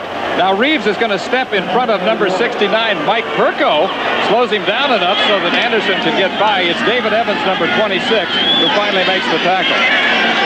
Short on technique, not the greatest block that you'll ever see, but it served a purpose. It was a cutoff block. Reeves on first downs, going deep. Overthrown. It was intended for Spencer Jackson. But Ricky Ray was with him step for step. Spencer Jackson, a big play receiver who averaged 20.2 yards per reception during the regular season. Spencer caught a touchdown pass for 21 yards against Birmingham last weekend. It'll be 2nd and 10 from the 31-yard line.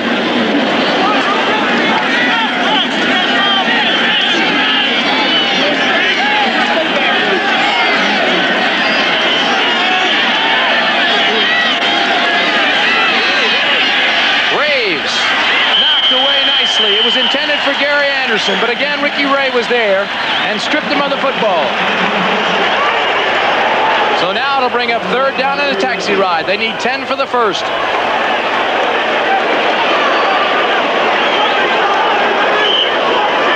Here comes the play from the sideline. Steve Spurrier sending it with Larry Brodsky, who we see now. He's coming off the injured list.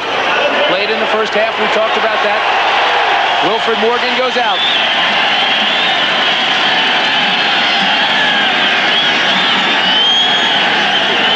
Brodsky to the bottom of the screen. To the top is Willie Gillespie. Marvin Harvey now flexes. They've got 5 receivers and 5 defensive backs. Everybody's covered. The pass is to Gillespie. He has it but drops it.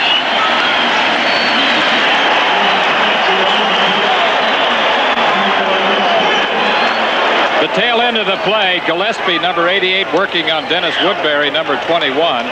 Look how deep he goes before he makes his cut to the outside. The ball is thrown perfectly, and he doesn't look it in. He loses his concentration. Right in the end position to punt, high spiraling punt. It'll take Frederick back to the 20-yard line. Gets a block, cuts back to the 30, to the 35, and knocked out of bounds at the 37-yard line by Lonnie Johnson.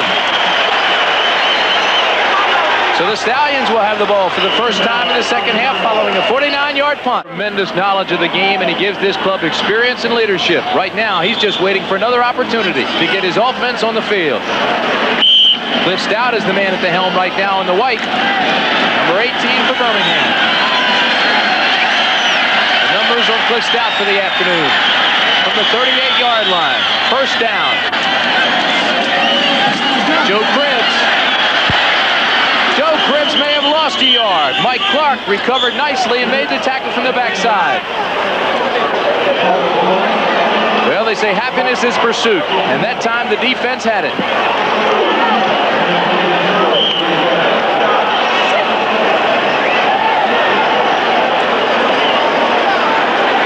Joe Cribbs leaving the game. That offensive lineup now for you. Earl Gant, Leon Perry are the running backs. Cliff Stoudt is the quarterback. 5 receivers, Toller and Jim Smith. Stoudt now with some pressure, just drops it underneath to Leon Perry. And Perry goes down at the 42-yard line. Doug Bedoin, the veteran out of Minnesota, comes up to make the tackle.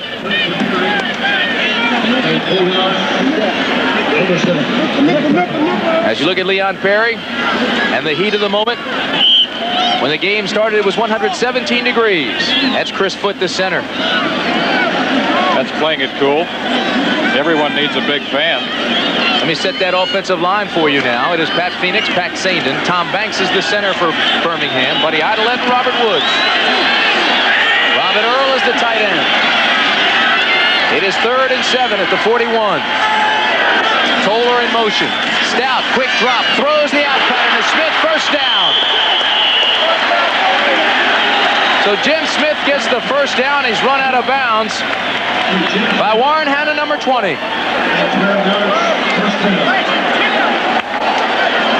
Blitz right here. We have the blitz by Evans, by Anderson, number 26 right there.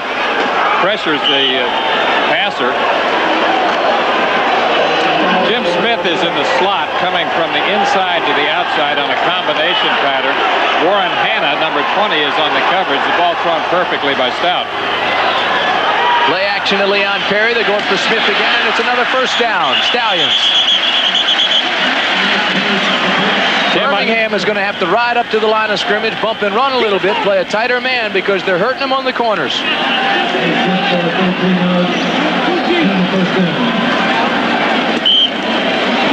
Cliff Stoudt. I like to watch Cliff Stoudt and Jim Smith go to work because they're so fundamental the way they approach their intermediate pass cuts.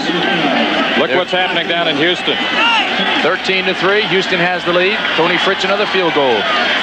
It looks as if Birmingham is working against Bruce Vaughn, the cornerback. That's the man they're working on right now. This is Earl Gant. Pretty good head knocking going on right now. Mike Clark is the man who came up and made first contact. He's 6'4", 247. There's Leon Perry putting his hat back on, strapping it on. Reflecting back to the Arizona-Houston score a moment ago, Tim, they're playing for the right to play Los Angeles, but strangely enough, that game could be played in Arizona next week. First time I've seen it in football that the team wins the home field, could win the home field and forfeit that. They couldn't find a place to play. Getting ready for the Olympics at the LA Coliseum. So they forfeit the home field. This is 2nd and 8. Stoudt with time, has Joey Jones and overthrows him. Jones was open. He was working on Jeff George. Joey Jones working on Jeff George, number 33. We've seen him run this post cut before. Up the field, a little out move, back to the inside. Now the ball is thrown high right here. High and a little bit behind him. Had Stoudt put that ball a little bit more in front and a little bit lower, he had the man beat. He was in the right area for the post pattern. Well, in all fairness to George, it was zone coverage, and Jones had gotten into the coverage, into the seam. He was open, and it was overthrown. So it wasn't entirely Jeff George's fault. He was not working man for man. This is 3rd and 8 for Stoudt. Big 3rd down play. It was intended for Jim Smith. It was knocked away nicely by Keith Clark.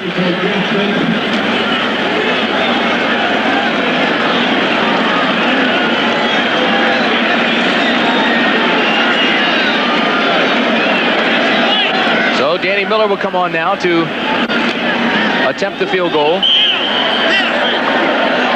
Miller made a 42-yarder in the second quarter.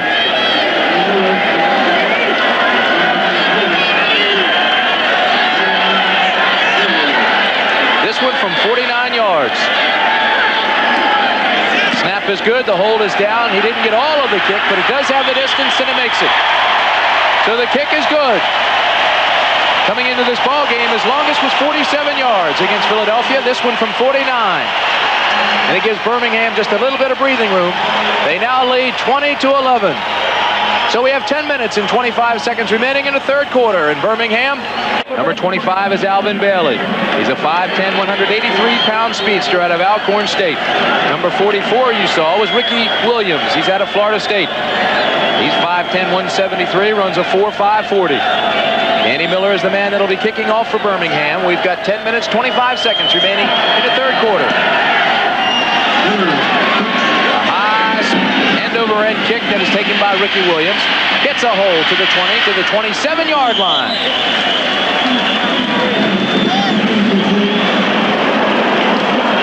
Good slashing run there on the return by Ricky Williams, who is the third leading rusher on the team.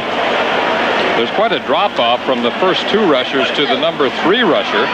Greg Boone has 1,009 yards, Anderson 1,008. Then you drop off to Ricky Williams, who has 142. John Reeves is the quarterback. Greg Boone is the lone setback, number 21. Gary Anderson is in motion. Reeves on first down, throws incomplete to Willie Gillespie. So the last two passes have been to Willie Gillespie, and he's dropped them both. Chuck Clanton was the man who came up and made the hit. Pretty good coverage by Clanton, but the ball was definitely catchable. Clanton, we mentioned, was out of action last week with a hand injury, as was Woodbury. That took 17 interceptions out of their secondary. However, we kind of felt that they would both be back for the playoffs. What about Willie Gillespie? He's dropped 2 he should have had. It's because of a breakdown in concentration. And the most important thing for a receiver is you look the ball into your hands. All of the great ones have always done that, and they practice that way too. 2nd and 10 from the 28. John Reeves now 0 for 4 in the second half. Throws across the middle, and Boone drops it. Case in point, Greg Boone did exactly the same thing. He looked upfield before he had the football. Tampa Bay can't afford to have these miscues if they want to stay in the ball game with Birmingham. 3rd straight drop for Tampa Bay. Talked about how they've outscored their opponents in the 3rd quarter. May not be the case today. They've got to get something going. Stallions, the type of club that can blow you out. They've had some big ones this year. They beat Memphis 54-6. Worked Philadelphia over 43-11. No, they lost rather. So it goes both ways. This is Reeves on 3rd and 10. Intercepted by Clanton. Chuck Clanton intercepted, takes it back to the 25.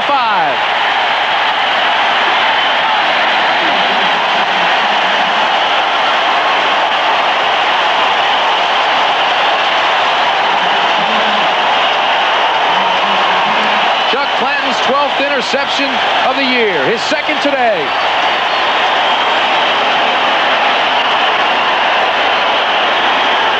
These are the types of plays that you feel might be turning points.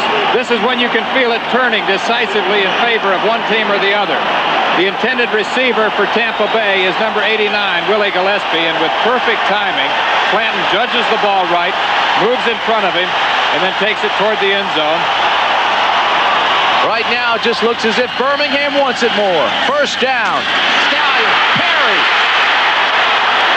To the 7-yard line. Leon Perry. Joe Cribbs through the block.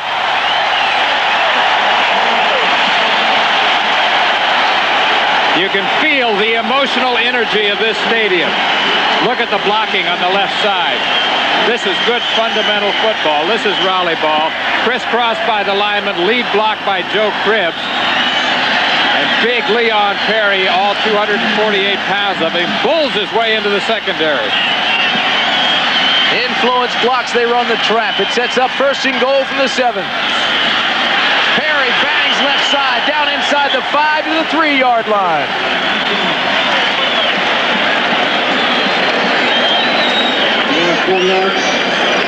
Right now, Chuck Clanton's with Mike Adamle. Chuck, you really seem to have a third sense about those interceptions. You see Reeves roll to his right, and you were right there. I don't think he ever saw you. No, you see, we were in a read coverage where we're doubling Gillespie, and that's where he was going. But luckily, I was there to get him. So you saw it all the way, huh? Read it all the way. Okay, great interception. Timmy? All right, Mike, it sets up 2nd and goal from the 3. Everybody in tight, 2 tight ends. Earl in motion. They gave us to Cribbs. 5. Touchdown, Stallions.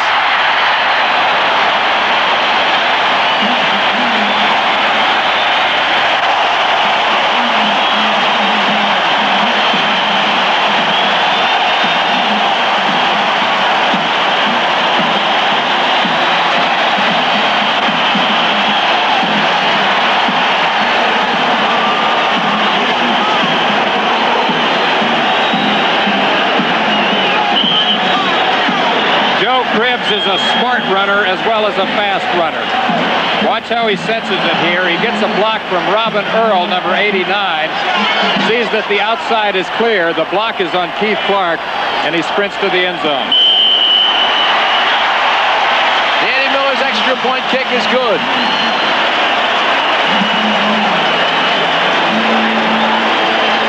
One more look at the blocking along the offensive line. The pulling guard on the right is number 64, number 74. And Joe Cribbs comes to the outside here after a little dip back to the inside. So Joe Cribbs puts Birmingham up 27-11 with 7 minutes and 59 seconds remaining in the third quarter.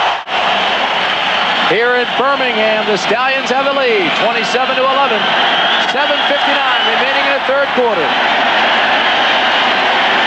Ricky Williams, 5-yard sweep. Wants to run it out. And then downs it for the touchback. They'll bring it out to the 20.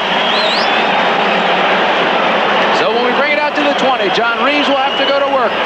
He's got 7:53 left in this quarter. My question for you, Cupper, is this a critical drive now, or is there still plenty of time? Absolutely, very much so for John Reeves. He has 8 straight incomplete passes. He's 0 for 6 in this half.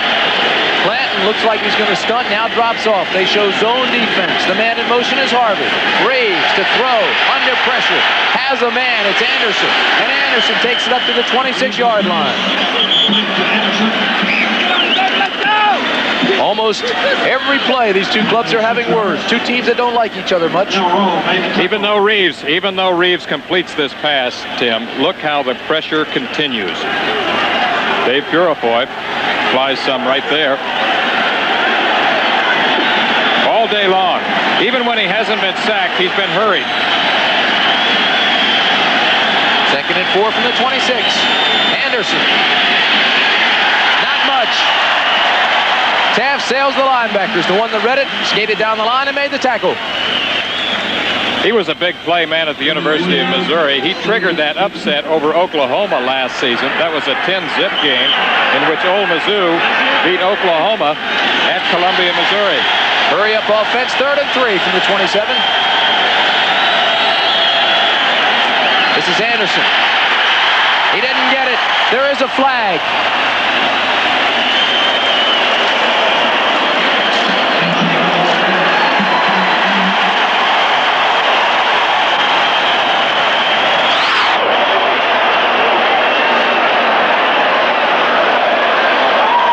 Against Tampa Bay, so they'll move them back. They don't get a break this time.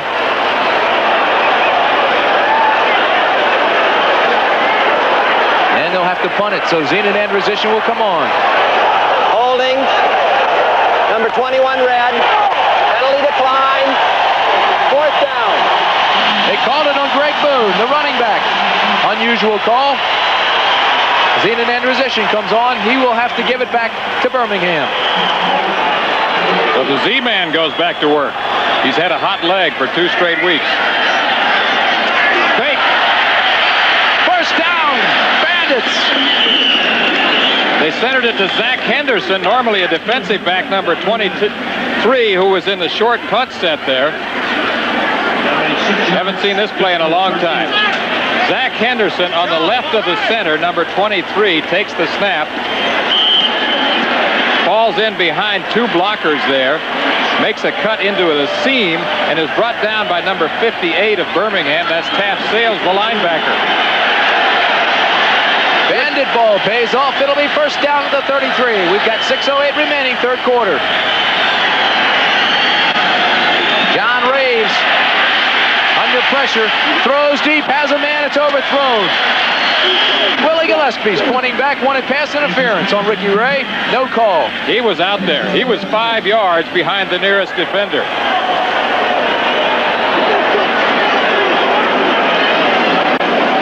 He thought Ricky Ray interfered with him.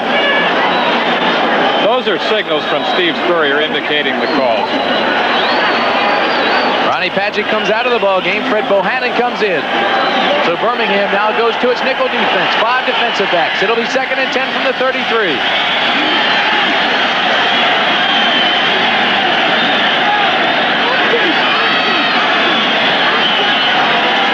Long count by Reeves. Sprint right.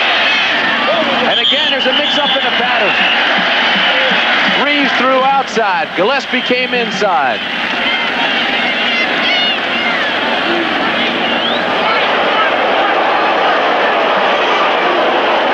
And that tells it all.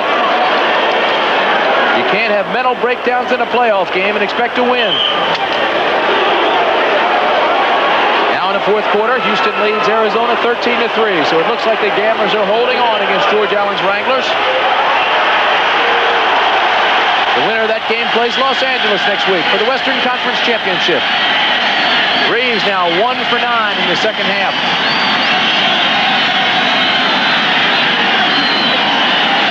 Third and 10, he's got to throw. He's got a man. It's complete. And Marvin Harvey comes up with the first down. So they're scrambling, but it's been productive. They put themselves in a hole. They come back and get 2 first downs. That's a safe man to come back to. Marvin Harvey has emerged as one of the premier tight ends in the league, leading receiver on the team, and that's been one of his most effective pass cuts. It's the crossing route. Reeves rolling to his right after a fake to Anderson and throwing back across to Harvey. He's now 9 of 24 in the game, 2 of 10 in this half. Harvey came into this game with 13 catches in the 2 games against Birmingham. He loves to play the Stallions. From the 45, first down, flags fly. There is a penalty. Reeves has time, drops it off to Boone, and again another flag flies.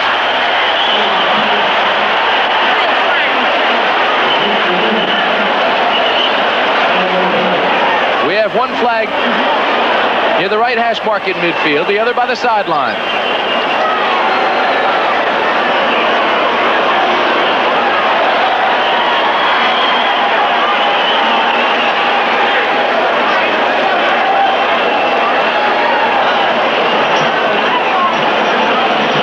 He's no quitter, that man, Steve Spurrier.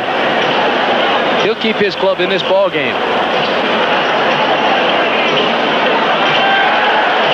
Offsides, Tampa Bay, holding Tampa Bay.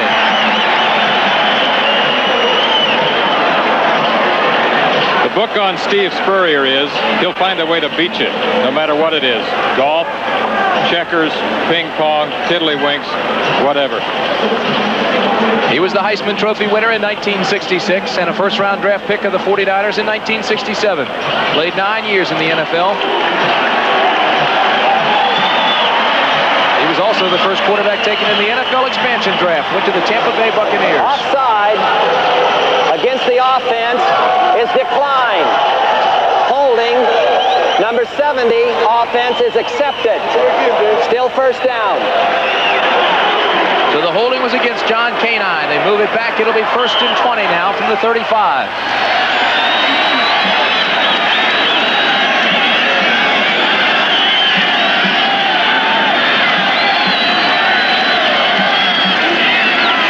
Reeves under pressure. Backside screen to Boone to the 30. Gets a block to the 35 up near the 40-yard line. So they get some of it back.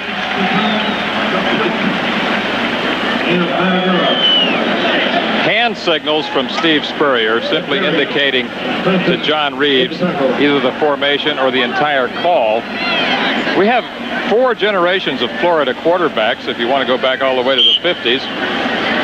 Jimmy Dunn, assistant coach out of the 50s. Spurrier out of the 60s. Reeves out of the 70s, and Wayne Peace out of the 80s.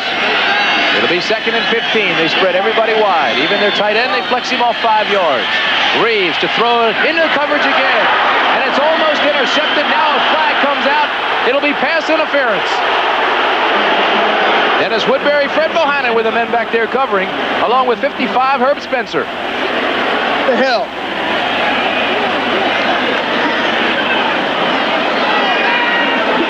And there is an injury.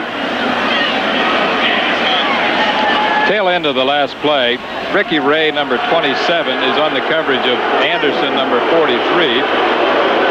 He closes in, along with 2 other Birmingham players, Bohannon and Spencer.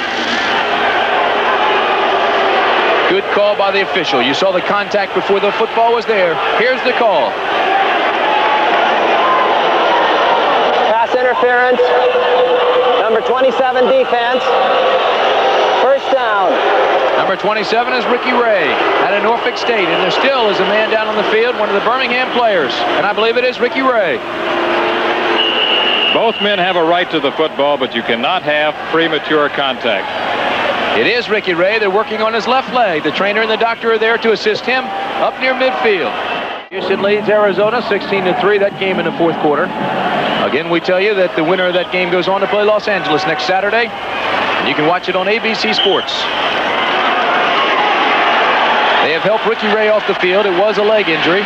He is replaced by Von Mansfield, and that man right there knows it. We'll see if they start picking on Mansfield. It's 1st and 10 from the 45. Backside pressure. Throws, has a man. To the 20-yard line goes Willie Gillespie. So Tampa Bay has put a drive together. And now it's Herbie Spencer who's slow getting up. Very important drive developing here for Tampa Bay. Combination pattern on the right side. Willie Gillespie, number 89, is on the inside. Wilfred Morgan on the outside. It's Gillespie who curls in there and is finally brought down by Von Mansfield and Herb Spencer. First down at the 20. Reeves going for it all. Has a man. Touchdown, Bandits! There's a flag on the play. Wilfred Morgan made the catch. We have not seen a signal. Steve Spurrier thinks it must be against Birmingham.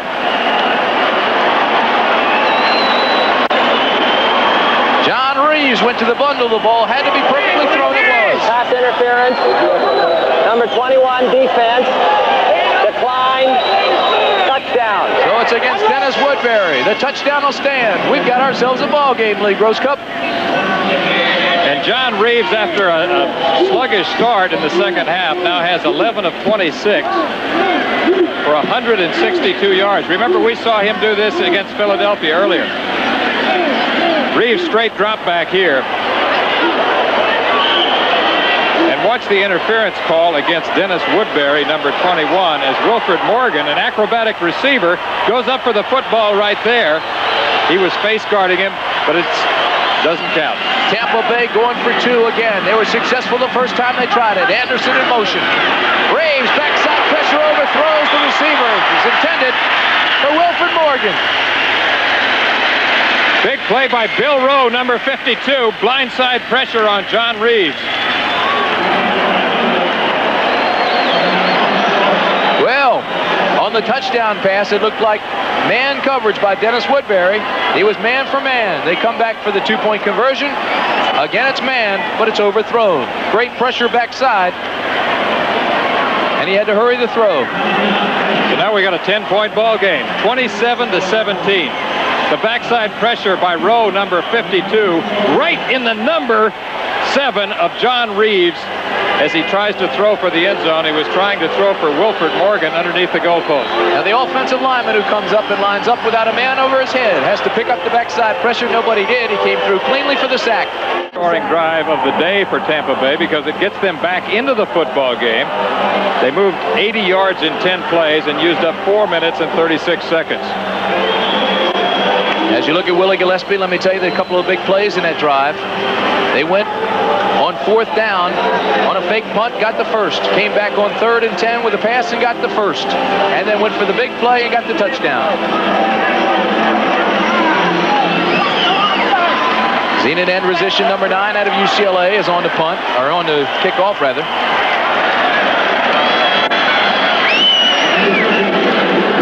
Lonnie Johnson, Von Mansfield of the deep end. This will be Lonnie Johnson at the 14. Good field position for Birmingham as he rides it all the way back up to the 28-yard line.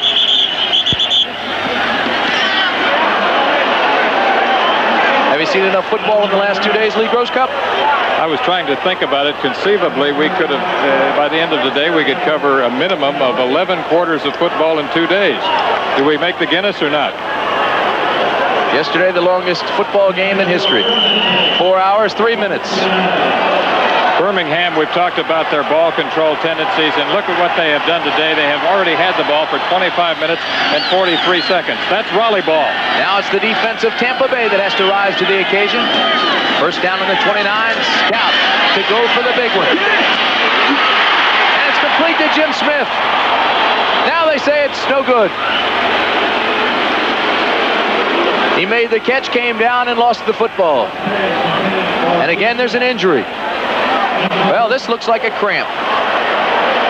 When the game started, it was 117 degrees down on the field. Zach Henderson has a cramp.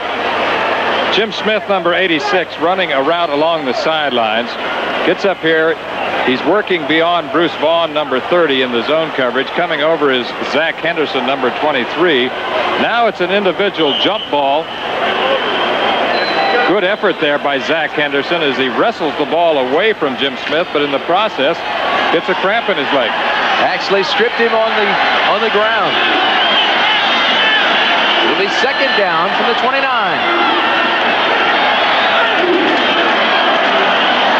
It's a broken play, and it looked like Leon Perry jumped the count. John Reeves right now is with Mike Adamle. Michael?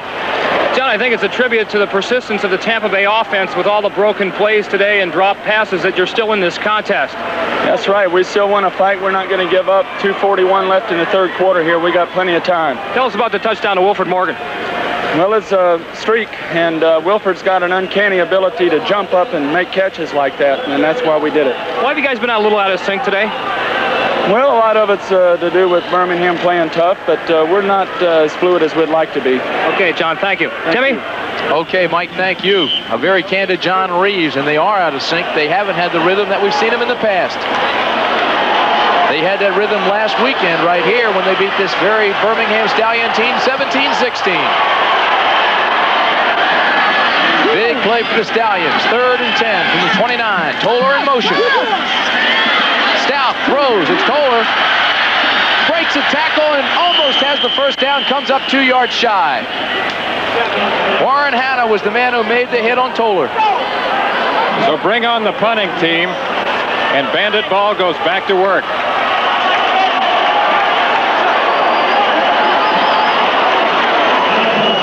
Rollie Dotsch now becoming concerned. It looked for a moment like his team could break it open. Now they lead by 10, and we still have 2 minutes remaining in the third quarter. Bob Parsons is the punter. Alvin Bailey, you see there, is the return man. Bailey doesn't know what the word means. Fair catch or the turn. 18-yard line takes it back to the 27, but he's nailed by Buddy Idolette. A 45-yard punt. Lonnie Johnson still down on the ground after that return. We have really seen some hitting out there today. The late Vince Lombardi once summed up football. He said, dancing is a contact sport. Football is a hitting sport.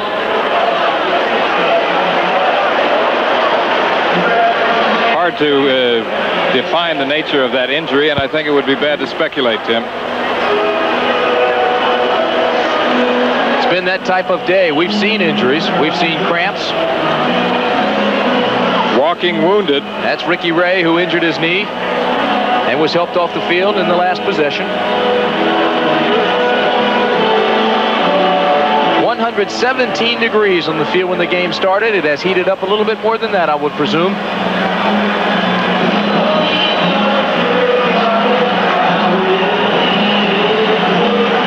Although it is overcast now where we had the sun before, it's a hazy day in Birmingham. That's a telling statistic right there. Field position is so important because when you have good field position, Tim, you can utilize your entire repertoire of plays. When you have poor field position, you're limited in your repertoire. They're helping Johnson off, and it looks like another leg injury. Still in the fourth quarter, Houston leading Arizona 16-3. It's beginning to look a lot like Los Angeles, Houston at the Dome next week. Well, what a game that will be. Houston with the run and shoot offense on Saturday, going against Los Angeles. Jim Kelly against Steve Young. And then, of course, this game on Sunday. The Eastern Conference, the winner here today goes against Philadelphia at Franklin Field.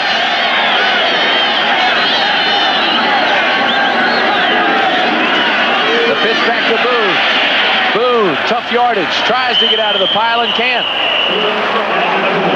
That'll bring up 2nd and 8.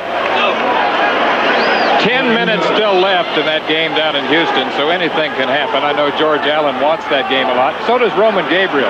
Remember the story? Tell it. Oh, look at this. Look at this. Bandit ball, trick play. It's diagnosed by Birmingham, and that electrifies the crowd. Is that the lonesome polecat play? That's what they call it. They put it in this week. The lonesome polecat play. That means the center is eligible, and the center is usually played by a wide receiver. Again, no huddle. And again, the awkward formation. Remember, the center is eligible. There he is. And again, it's diagnosed. They dropped the football. Birmingham has it.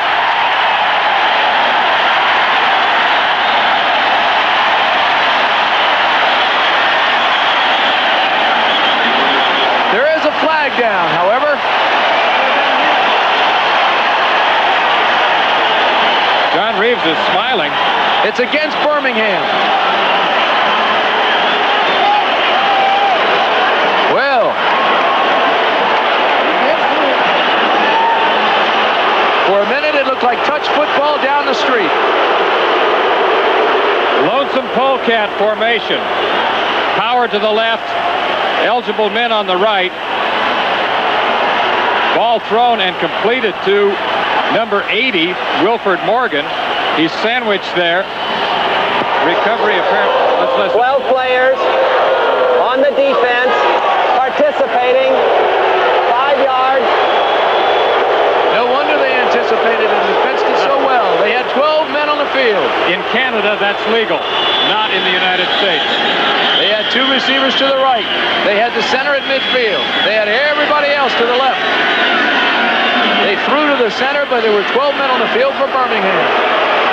Birmingham penalized 9 times now for 80 yards. Wonder how long it took Steve Spurrier to teach his wide receiver Wilford Morgan to snap the football. Gives us a first down here. Steve Spurrier wants the first down. Rollie Dotsch wants third. Well, Wilford Morgan is a young player with a lot of talent. I don't think it took him too long to learn to snap the ball. You want excitement? We've got it. They say that bandit ball is synonymous with unpredictability. They will do anything at any time from anywhere on the field.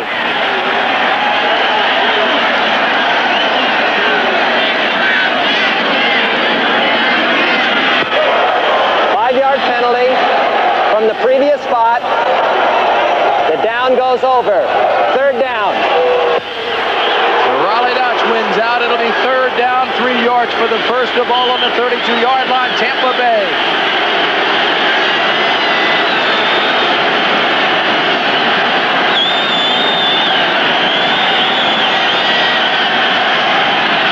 Reeves. Incomplete. Intended for Willie Gillespie. Poorly thrown. Gillespie was open, had the first down yardage. It was thrown behind him. Steve Spurrier is furious. They had the right call at the right time. The pattern was there. Reeves threw the ball behind his man. It's been that kind of day for Tampa Bay. Jimmy Jordan right there talking to assistant coach John Roush, who was a head coach with 2 different NFL teams, Raiders and the Bills. 4th and 6, seen in end position. It's off a high spiraling punt that'll take Ron Frederick to the 25-yard line. He returns it to the 29.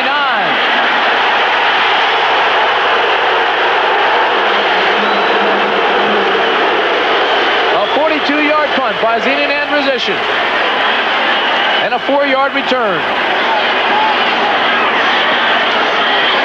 So Birmingham will go to work once again. 21 seconds remaining in this third quarter. Again, they have opportune field position as they start from their own 29, 30-yard line. Steve Spurrier is a study in frustration right now as he kicks the dirt, has a perplexed countenance here in the second half. He is a frustrated man right now, and not too surprising. He likes to win anytime. 21 seconds remaining in the third quarter. First down, Birmingham. This is Cribbs, right side. Picks up 3. It'll be 2nd and 7. This this rivalry keeps heating up. It's been a good one. The frustration of Steve Spurrier, I think, is compounded by the fact that he was out on the field as a player so often himself, and he knows that he could execute. He hates to see the lack of execution. He hates to see the breakdown.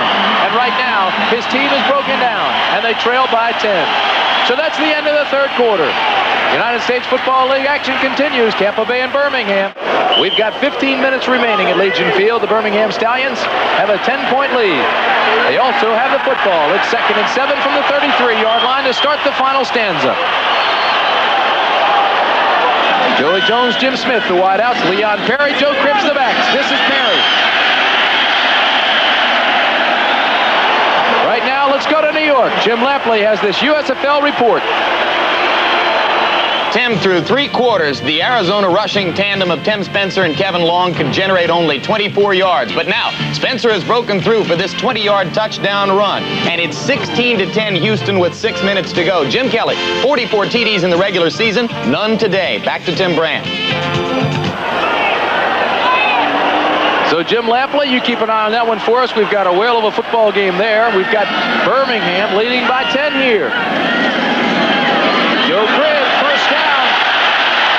Loses the football, fumble. Tampa Bay.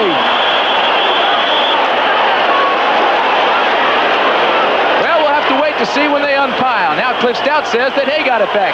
Nonetheless, there's a wrestling match at the bottom of the pile. Robert Earl, the big tight end out of Washington, comes up with the football. Alonzo Johnson made the hit. The ball popped loose, and Robert Earl got it back.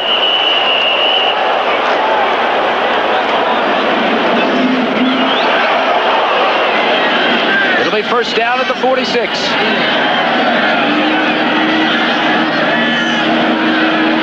Looks like a little bit confusion. Very much confused. He might have to call timeout, or he's going to get penalized. He better hurry up. 3 down linemen. Outside linebackers applying the pressure. Perry. Face mask. We'll wait and see.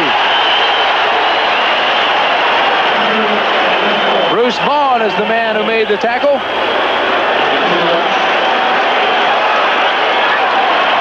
It is a face mask against Tampa Bay.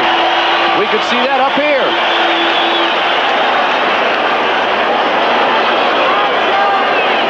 On the monitor. No, I know what you mean. I saw it. Leon Perry, number 30. Defense, still first down. Here it is right here.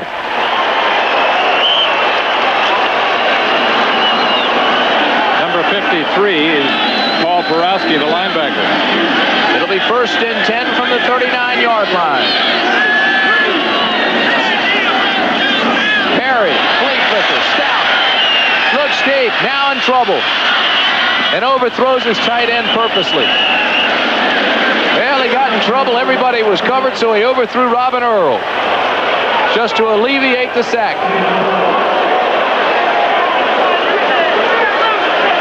Ken Toller looked like he was open. Rollie Dotsch has the reputation of being a conservative coach, but he will surprise you at times. He will go for the big play on 4th down. He'll also use an occasional gadget play. The numbers on Cliff Stoudt reflected there, 10 of 21 on the day. That's the story. 13 minutes, 36 seconds remain, a 10-point lead. The Tampa Bay defense has to stop Birmingham now. 2nd and 4. Stout pumps, reloads, now looks to his tight end, Earl, has the first down.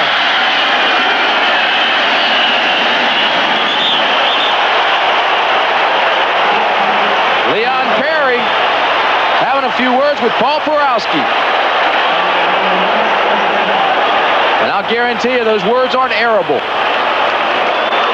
Good pump fake here by Cliff Stoudt, looking to his left first. He pump fakes at Smith. Now moves back to his right. Good escape dimension. Drops the ball off to Robin Earl, number 89, a former running back out of the University of Washington. This was Smith in the pattern that he ran. It's a sideline and up. Stoudt 11 of 21. Leon Perry rambles down inside the 20-yard line. tempers are really flaring up, Tim. We got a fracas going on down here. Now Joe Cribbs tries to come over. Settle things down, talks to some of the defenders. Joe Cribbs, peacemaker.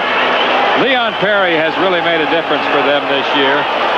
Running behind a unit known as the Mule Team, they have voted Leon Perry as an honorary mule. Leon Perry bulked up to 248 pounds. He's out of Ole Miss.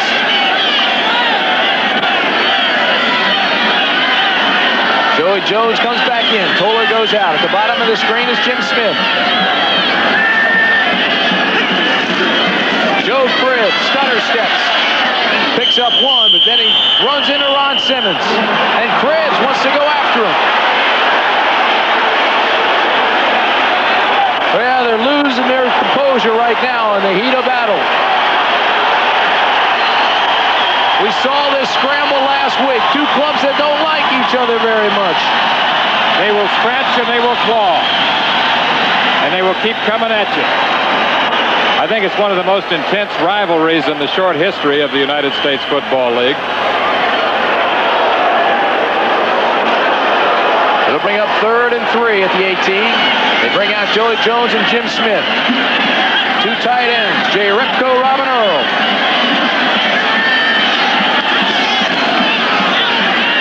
Little cross buck. Open, but he drops the football incomplete. Paul Porowski was the man who read the play and made the tackle. No fumble, it's just an incompletion. You called it right. I was wrong.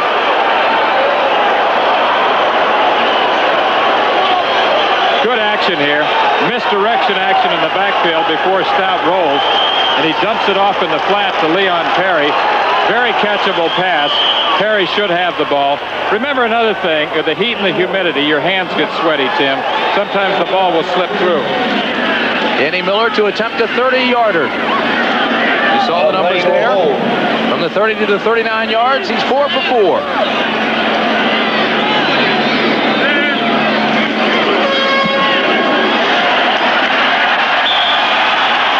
So his 35-yard field goal is good. And Danny Miller lengthens the lead. 10 minutes, 54 seconds remain. Here in Birmingham, we've got 10 minutes and 54 seconds remaining. And the Stallions lead it 30-17. This will be Ricky Williams from the 5, the 10, the 20. Gets a hole out close to the 30. He nails it at the 30-yard line. Ron Mansfield is the man who took him down there. Ricky Williams, who had an incredible career at Florida State playing for Bobby Bowden there, has been effective on returns for them, and he's the 3rd leading rusher on the team. John Reeves going to work on what might be the most important drive of the afternoon for Tampa Bay as we look at the rushing yards. Joe Cribbs has outgained the entire Tampa Bay team. Wilfred Morgan goes to the top of the screen. The bottom of the screen, Gary Anderson. First down. They're going deep to Morgan. Intercepted by David Evans. He was out of bounds. Or was he? David Evans, number 26, is still down. They do say he was out of bounds. I think it's a good call, Tim. Remember, this is a 2-foot league. 2 feet have to be in bounds for either a completion or an interception. John Reeves, from his viewpoint, sets up in the pocket at 7 yards, throwing along the left sideline and aiming for his wide receiver, Wilfred Morgan. I don't know. That's a very questionable call because the feet were in. He was carried out of bounds. So Tampa Bay gets a break. Whether they can capitalize, we'll have to wait and see. However, this is the best starting field position for Tampa this afternoon. 39-yard line's the best they've had. So with timeout on the field, we'll take one as well. 10 minutes, 20 seconds remain. Birmingham gets a bad call here because David Evans intercepts the pass clearly. Now his feet are inbounds, but he is thrown out of bounds here. So you see, but 1 foot was all that really touched. Well, it's a judgment call by the official. He has to make the decision whether his other foot would have touched had he not been hit and ridden out of bounds. I say yes, bad call. 2nd 2nd and 10 from the 30. Reeves under pressure, rolls right, and it's almost intercepted. Well, Jackie Klein had it in his bare paws. Had he made that catch, it would have been Katie bar the door. There was nobody in front of him. It would have been a touchdown for Jackie Klein. The pass rush has been the key all afternoon. Birmingham stressed that. They said that it would be important to pressure John Reeves. He is not the most active quarterback. Joe Cuglieri, number 95, is in there. It's one of the things that can hurt a quarterback who doesn't have the quick feet, say like a Steve Young that we saw yesterday. Jackie Klein will be thinking about that one for days to come. He was already reading the headlines of tomorrow's paper and dropped the football. 3rd and 10.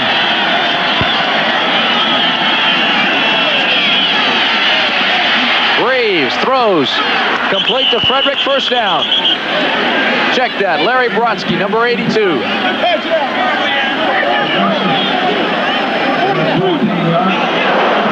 First down, Bandits. Good fundamental pass there on the intermediate completion.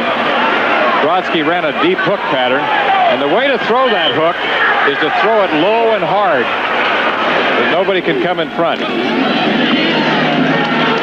Safe pass.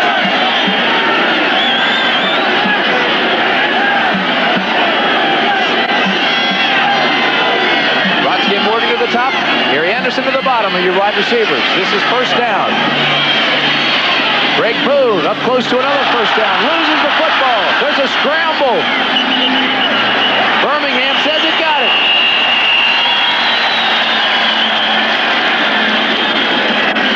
Look at Steve Spurrier.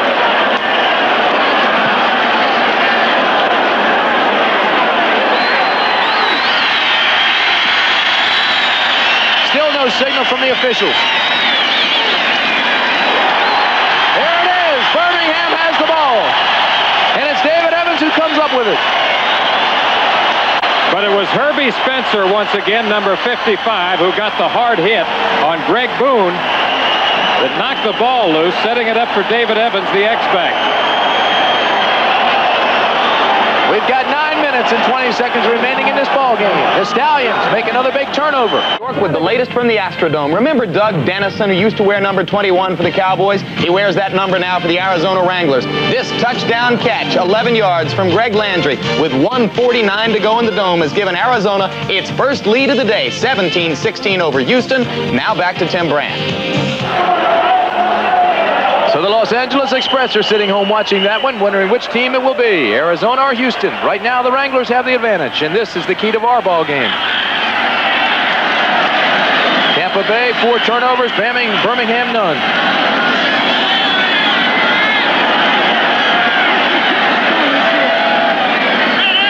First down at the 46-yard line.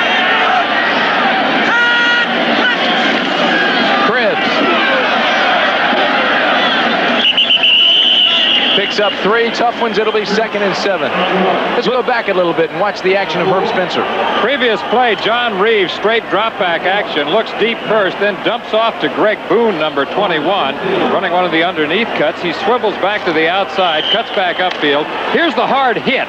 Now watch Herbie Spencer as he wrestles, strips the ball loose, and here comes David Evans, number 26, another wrestling match, and he ultimately comes up with the football to give Birmingham their 4th turnover of the day, an opportunistic field position. Of course, Birmingham's plus 18 in the giveaway takeaway stat, right up near the top of the league, tied with Philadelphia.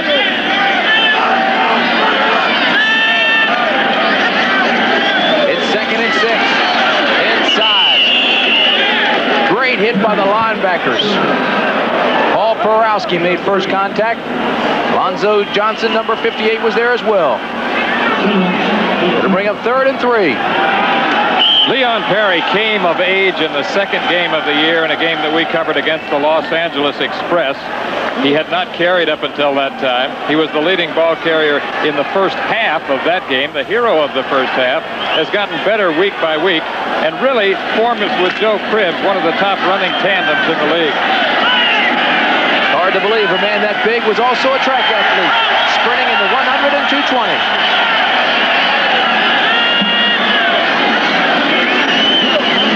The fake to Perry, the throw to Cribbs.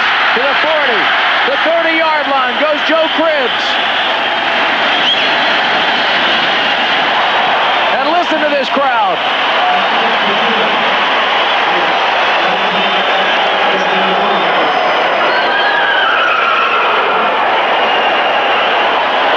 They are effective with play-action passes, Tim, because they establish the running game so well first. They are a team that will pound on you. Nobody pounds on you better than Birmingham, especially with tackle-to-tackle running, especially with trap plays. They faked the trap that time to Leon Perry, threw back in the flat to Joe Cribbs, and he's dangerous in the open field. Cribbs and Perry complement each other so well. First down from the 30. This is Perry. Not much. Ron Simmons made the penetration. Big number 74. He's 260 pounds, and he met a brick wall with Leon Perry. They both went down in a huff. Ron Simmons, number 74 out of Florida State, was a nose tackle there, and one of the best nose tackles they have ever had. He's the strongest man on the team. He was a nose tackle in the 3-man look. He is now a tackle in the 4-man look. They switched to that look in week 7. Since that time, they have won 11 out of 12 games. That, along with the emergence of John Reeves, has made the difference for Tampa Bay. Mark Battaglia comes in. Jim Smith comes in. Lone setback is Joe Cribbs. It's 2nd and 11. They're looking for Smith, and it's overthrown. Zach Henderson and Bruce Vaughn were out there covering defensively. It was his own defense. Jim Smith in isolation here from his wide receiver position. Curls at 12 yards. He sees that the ball is overthrown. He starts to make a move outside. You know, that ball appeared to be poorly thrown, but it was well thrown. It was a smart pass. That's one of the signs of a veteran quarterback, is when you can artistically throw the ball away. Stoudt now 12 of 24 for 140 yards. This is 3rd down and 11. It's complete, but it's short of the first down to Jim Smith. Jeff George was there. Good coverage. So Danny Miller will come on, and he'll attempt the field goal.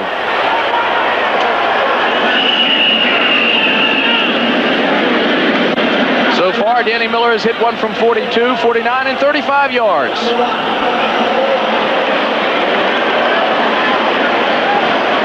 Big day from that little guy from the University of Miami. Spent the training camp with the Washington Redskins.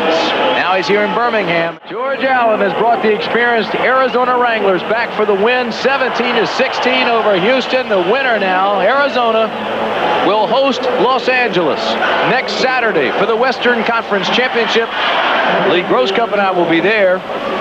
What a comeback by George Allen's part. I believe that will be unprecedented in professional football playoff history for a host team to play at a visiting site. Los Angeles forfeited the home field advantage. They couldn't find a place to play. Here, Danny Miller for a 42-yard attempt. It's long enough, and it's good.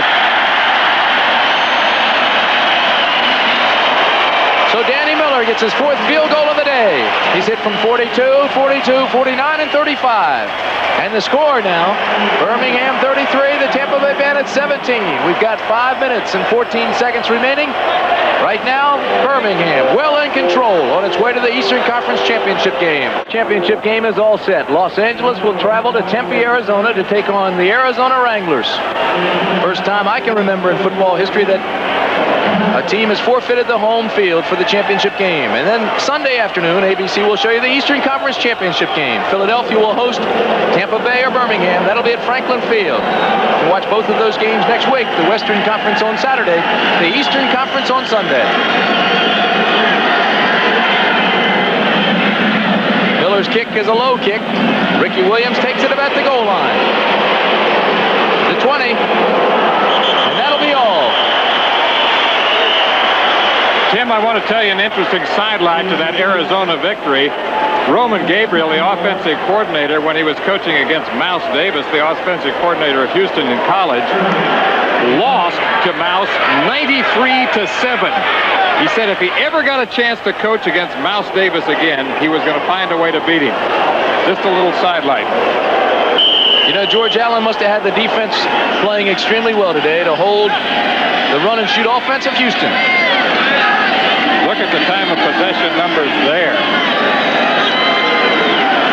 First down, Reeves, backside pressure, drops it over the middle, pass interference, no call. Now the late flag comes out.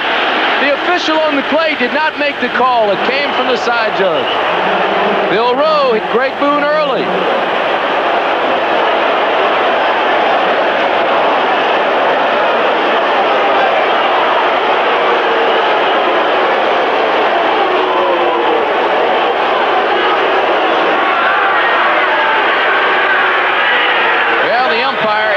Did not make the call, even though he was right on it. Pass interference. Number 55 defense. First down. The call was made by the side judge, and it's a good call. There it is right there, and it's a perfect call. Obviously premature contact. And you see on the right of your screen, he's in perfect position, as you said, Tim. And he didn't make the call. He did not make the call, just as you said. The side judge made the call. This is 1st and 10 from the 37. Again, it goes over the middle of Boone. Late hit, again, no flag. Let's go down to Joe Cribbs. He's with Mike Adamley. Well, Joseph, before the game, we talked to Rollie Dotsch. He said it was really simple, the game plan. We have to control the ball, and I think today, running behind the Mule team, it was exceptional out there. Well, we felt that we had to run the ball today. Last week, we played them, and they really shut our running game down. And we knew that in order for us to win the game, we had to run the ball well. And with the offensive line we got here, it makes my job real easy. All I got to do is run to the holes, and it was great. We're playing good ball, and hopefully we'll be ready next week. On to Philadelphia.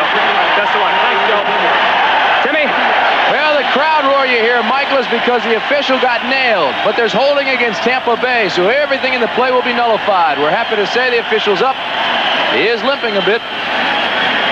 That's Ed Manning, the umpire.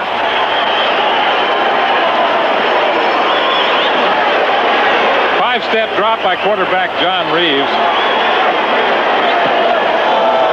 Holding. Greg Boone, number 21 number 64 there. offense. Still second down. There's where the referee gets hurt, right there. You're talking ligaments. Talking knee ligaments when you see that. Well, I hope that's not the case. He's still in the game, and he's still limping around, but he is in the middle. He's all right. That's Ed Manning, the umpire. He is okay. Good news.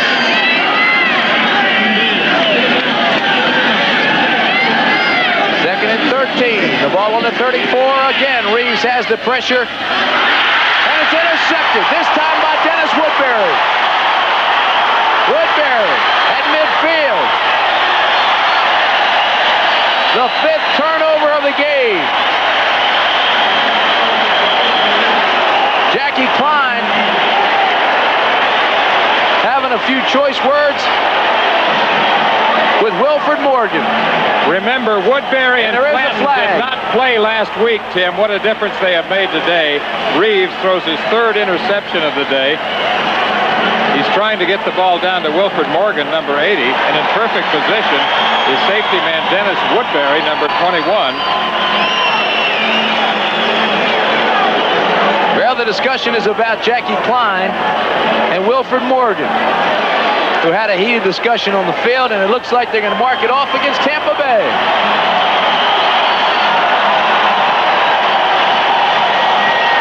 Personal foul.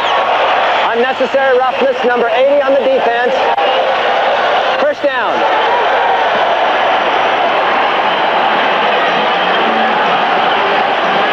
Number 80 is Wilfred Morgan. 3 minutes, 57 seconds remaining in this ball game. Birmingham leads at 33-17. And that's the story of the game.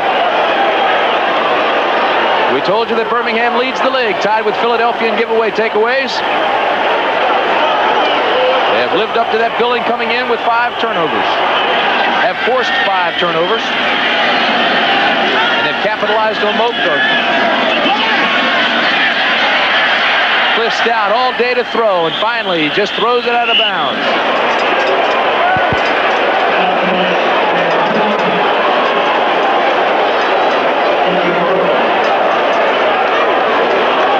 play passing here, Lee Gross. Interesting call here as time winds down. Normally you would assume that they would just run the clock out.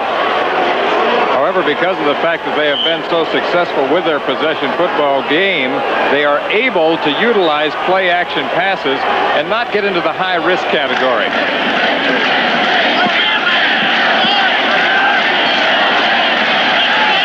It'll be 2nd and 10 with 3 minutes and 50 seconds left.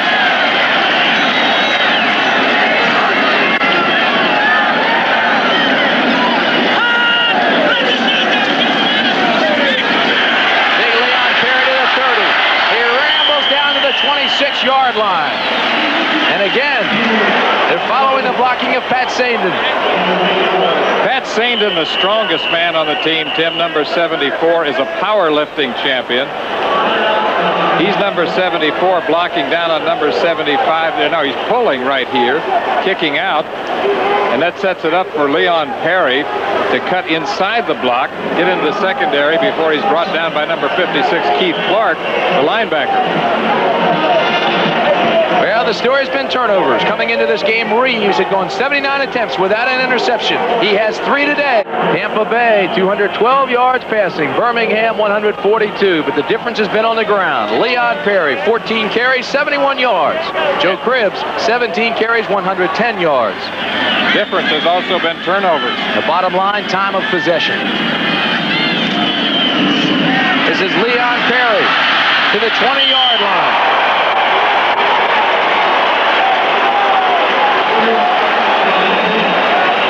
Good lead block once again by number 20, Joe Cribbs. Sets free Leon Perry on the power pitch. The Phillies.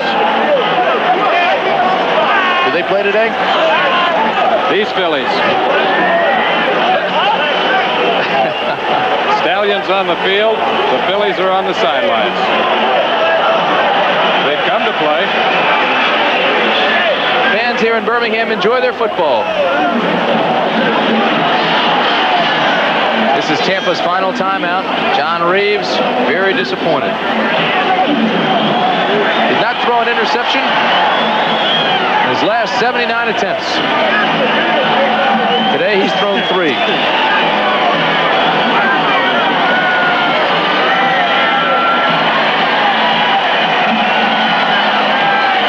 Gary Anderson, also unspectacular today. Don't forget, coming up next Saturday, it's all set in Tempe, Arizona. The Los Angeles Express with Steve Young take on the Arizona Wranglers. It'll be the young and the old. Greg Landry, a 17-year veteran. Steve Young, just a rookie. That's the Western Conference. Coming up Saturday on ABC's Wide World of Sports. And then the Eastern Conference. Birmingham and Philadelphia at Franklin Field. That'll be Sunday, and you can watch that one as well right here on ABC. 17-16 today. Arizona over Houston. Big game, big win for George Allen. This is Joe Cribbs to the 16-yard line.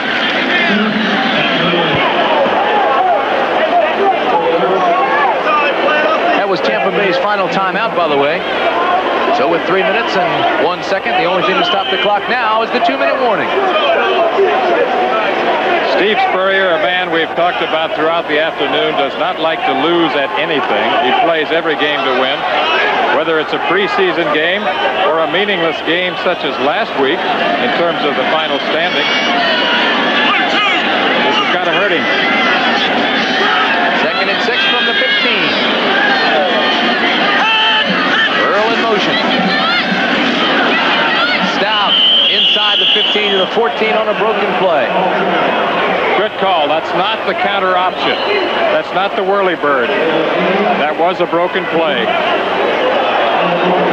Rollie Dotsch, the only head coach I know that also is a specialty coach. Works full-time with the offensive line. He's very much a believer in history. He feels that teams that run the best and defend against the run the best win the most historically. He was giving us a treatise on former Super Bowl teams, and he cited some of the teams who have had strong running games and active quarterbacks. He also is an outstanding Irish tenor and loves to sing those little Irish ditties. Right now, he'll be singing all the way to the championship game next week in Philadelphia. In case you missed it, here was the winning touchdown in the Arizona-Houston game. It came with 1:49 to go. It was set up by a great catch by Doug Dennison. Poetically, it was Dennison who took the ball into the end zone on the pass from Landry. Arizona will play L.A. next week in Tempe for the Western Conference Championship. Back to Tim Brand. And Jim Lampley, you know that L.A. beat Arizona 24-17 in a pretty good ball game May 26th. Then they lost the final regular season game, but Steve Young did not play. He sat out and rested with bruised ribs. Arizona won that one big, 35-10. So the rematch is set Saturday, right here on ABC.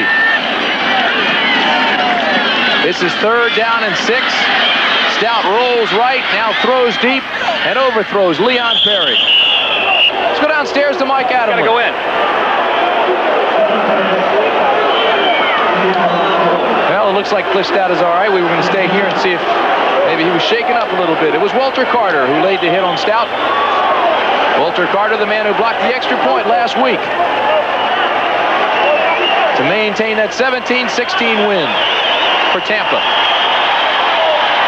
This would really be a drastic blow to Birmingham to have the quarterback injured at this time in the game when the game is seemingly already won for Birmingham.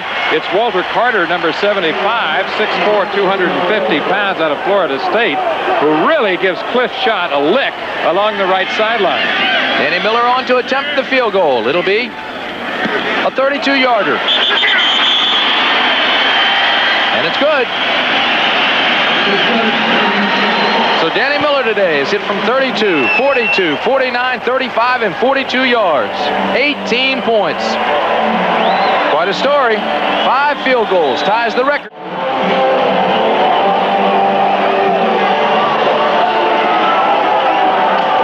This is how it happened today. The Stallions scored first. The Bandits came back. It was 7-3.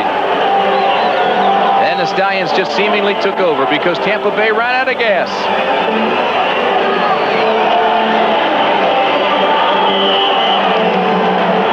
1 minute, 48 seconds left. 36-17 our score. Ricky Williams takes it at the 2. Tries to find a funnel. Can't. Barely gets back to the 19-yard line. Now let's go downstairs to Mike Adamley. Here's Michael. Okay, Tim, you got to give a lot of credit to this Birmingham defense today. Michael, you guys didn't get a sack this afternoon, I don't think, but you put a lot of pressure on John Reeves, and I think that was a big key. The important thing for us to do today, Mike, was to win. It didn't matter how, it didn't matter if it looked pretty or not, we won. We're going to win. That's what's important. We were worried about some of their trick plays. Earlier that third quarter, they pull off that lonesome polecat. Well, we had to do it. We defended against that last couple of weeks. We always practice against those kinds of things. It worked for us. Okay, thanks, Mike, and we'll see you next week in Philadelphia. Mike Perko, defensive end. All right. All right, Mike Adamley and Mike Perko. We've got 1:32 remaining. Jimmy Jordan in the game now at quarterback for Tampa Bay. Ricky Williams has replaced Gary Anderson at the running back spot. Jordan gave them some life in the second half last week. It's a little late now, though, Tim. Jordan throws complete to Harvey up to the 43-yard line. Marvin Harvey. You know, it was interesting because Jimmy Jordan played well here last weekend. And Tampa Bay won 17-16 with Jordan at the helm. But when he was asked after the game, Steve Spurrier said, no question about it, John Reeves will play. He got us here. He'll go all the way. And he did that. Too late for Jimmy Jordan right now. Jordan up in the pocket, sidesteps one tackler, breaks another, and gains 2 on the play. Long way to go for 2 yards. Jimmy Jordan, of course, was a great one at Florida State. Played in the most celebrated quarterback tandem in NCAA history. The other quarterback at the time was Wally Woodham. Has his degree in criminology, but plays for the Bandits, as you noted so well last week. Jordan to Williams, and Williams gets into Birmingham territory. And a flag flies, late hit. The late hit's going to be on Chuck Pitcott, 64. Right now, Rollie Dotsch, the head coach of the Stallions, is with Mike Adamle. Well, Rollie, we talked about it before the game, what you had to do to win, and I think you did all those things. Control the football, and you did put pressure on John Reeves. Well, this is true. We had to control the football, run the football our style, and that's the way to beat Tampa Bay. Keep it away from them and put some points up there. And I think our offensive team did a fine job, and defensively we came up with some big plays. Special teams came up. So it's a team victory, Mike, and that's the way we like it, to have a team and win as a team, and if we lose as a team. Okay, well, you won today, and congratulations. We'll see you next week in Philadelphia. Okay, thank you very much. Rollie Dotsch kept looking off to the side while he was talking to Mike, mainly because his player is down. It's Chuck Clanton who's still down on the field. He took what looked to be a cheap shot from Chuck Pitcock. Obviously a late hit. Chuck Pitcock coming up right here definitely delivers a late hit on number 24, Chuck Clanton. To me, that's a flagrant violation of the rules. That should not be allowed. There's no place for that in professional football. The game is violent enough as it is. Wait a minute. That's number 34, Robert Gentry.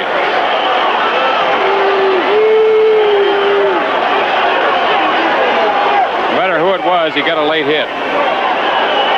Chuck Clanton, number 24, was injured earlier. He's okay. Robert Gentry, 34, is now helped off the field.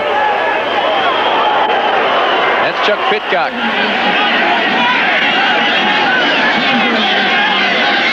Second and 12 from the 40-yard line. We've got 38 seconds remaining. Marv Christian takes it back up to the 47-yard line.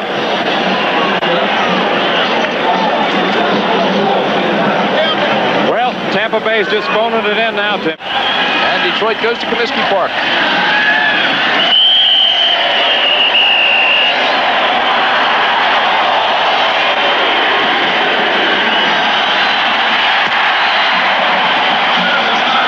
Well, that'll be all for the Tampa Bay Bandits. They'll take the rest of the summer off.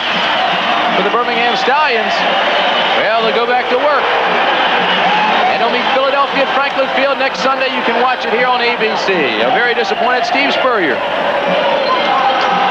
And a very elated team, the Birmingham Stallions. So the matchups look like this. It's all down to 4 now on the road to Tampa Bay. Los Angeles and Arizona, that'll be Saturday. Then coming up on Sunday, the Eastern Conference Championship, Birmingham and Philadelphia. 36-17, the Stallions win here today. So long from Legion Field in Birmingham, Alabama. This has been a presentation of ABC Sports, recognized around the world as a leader in sports television.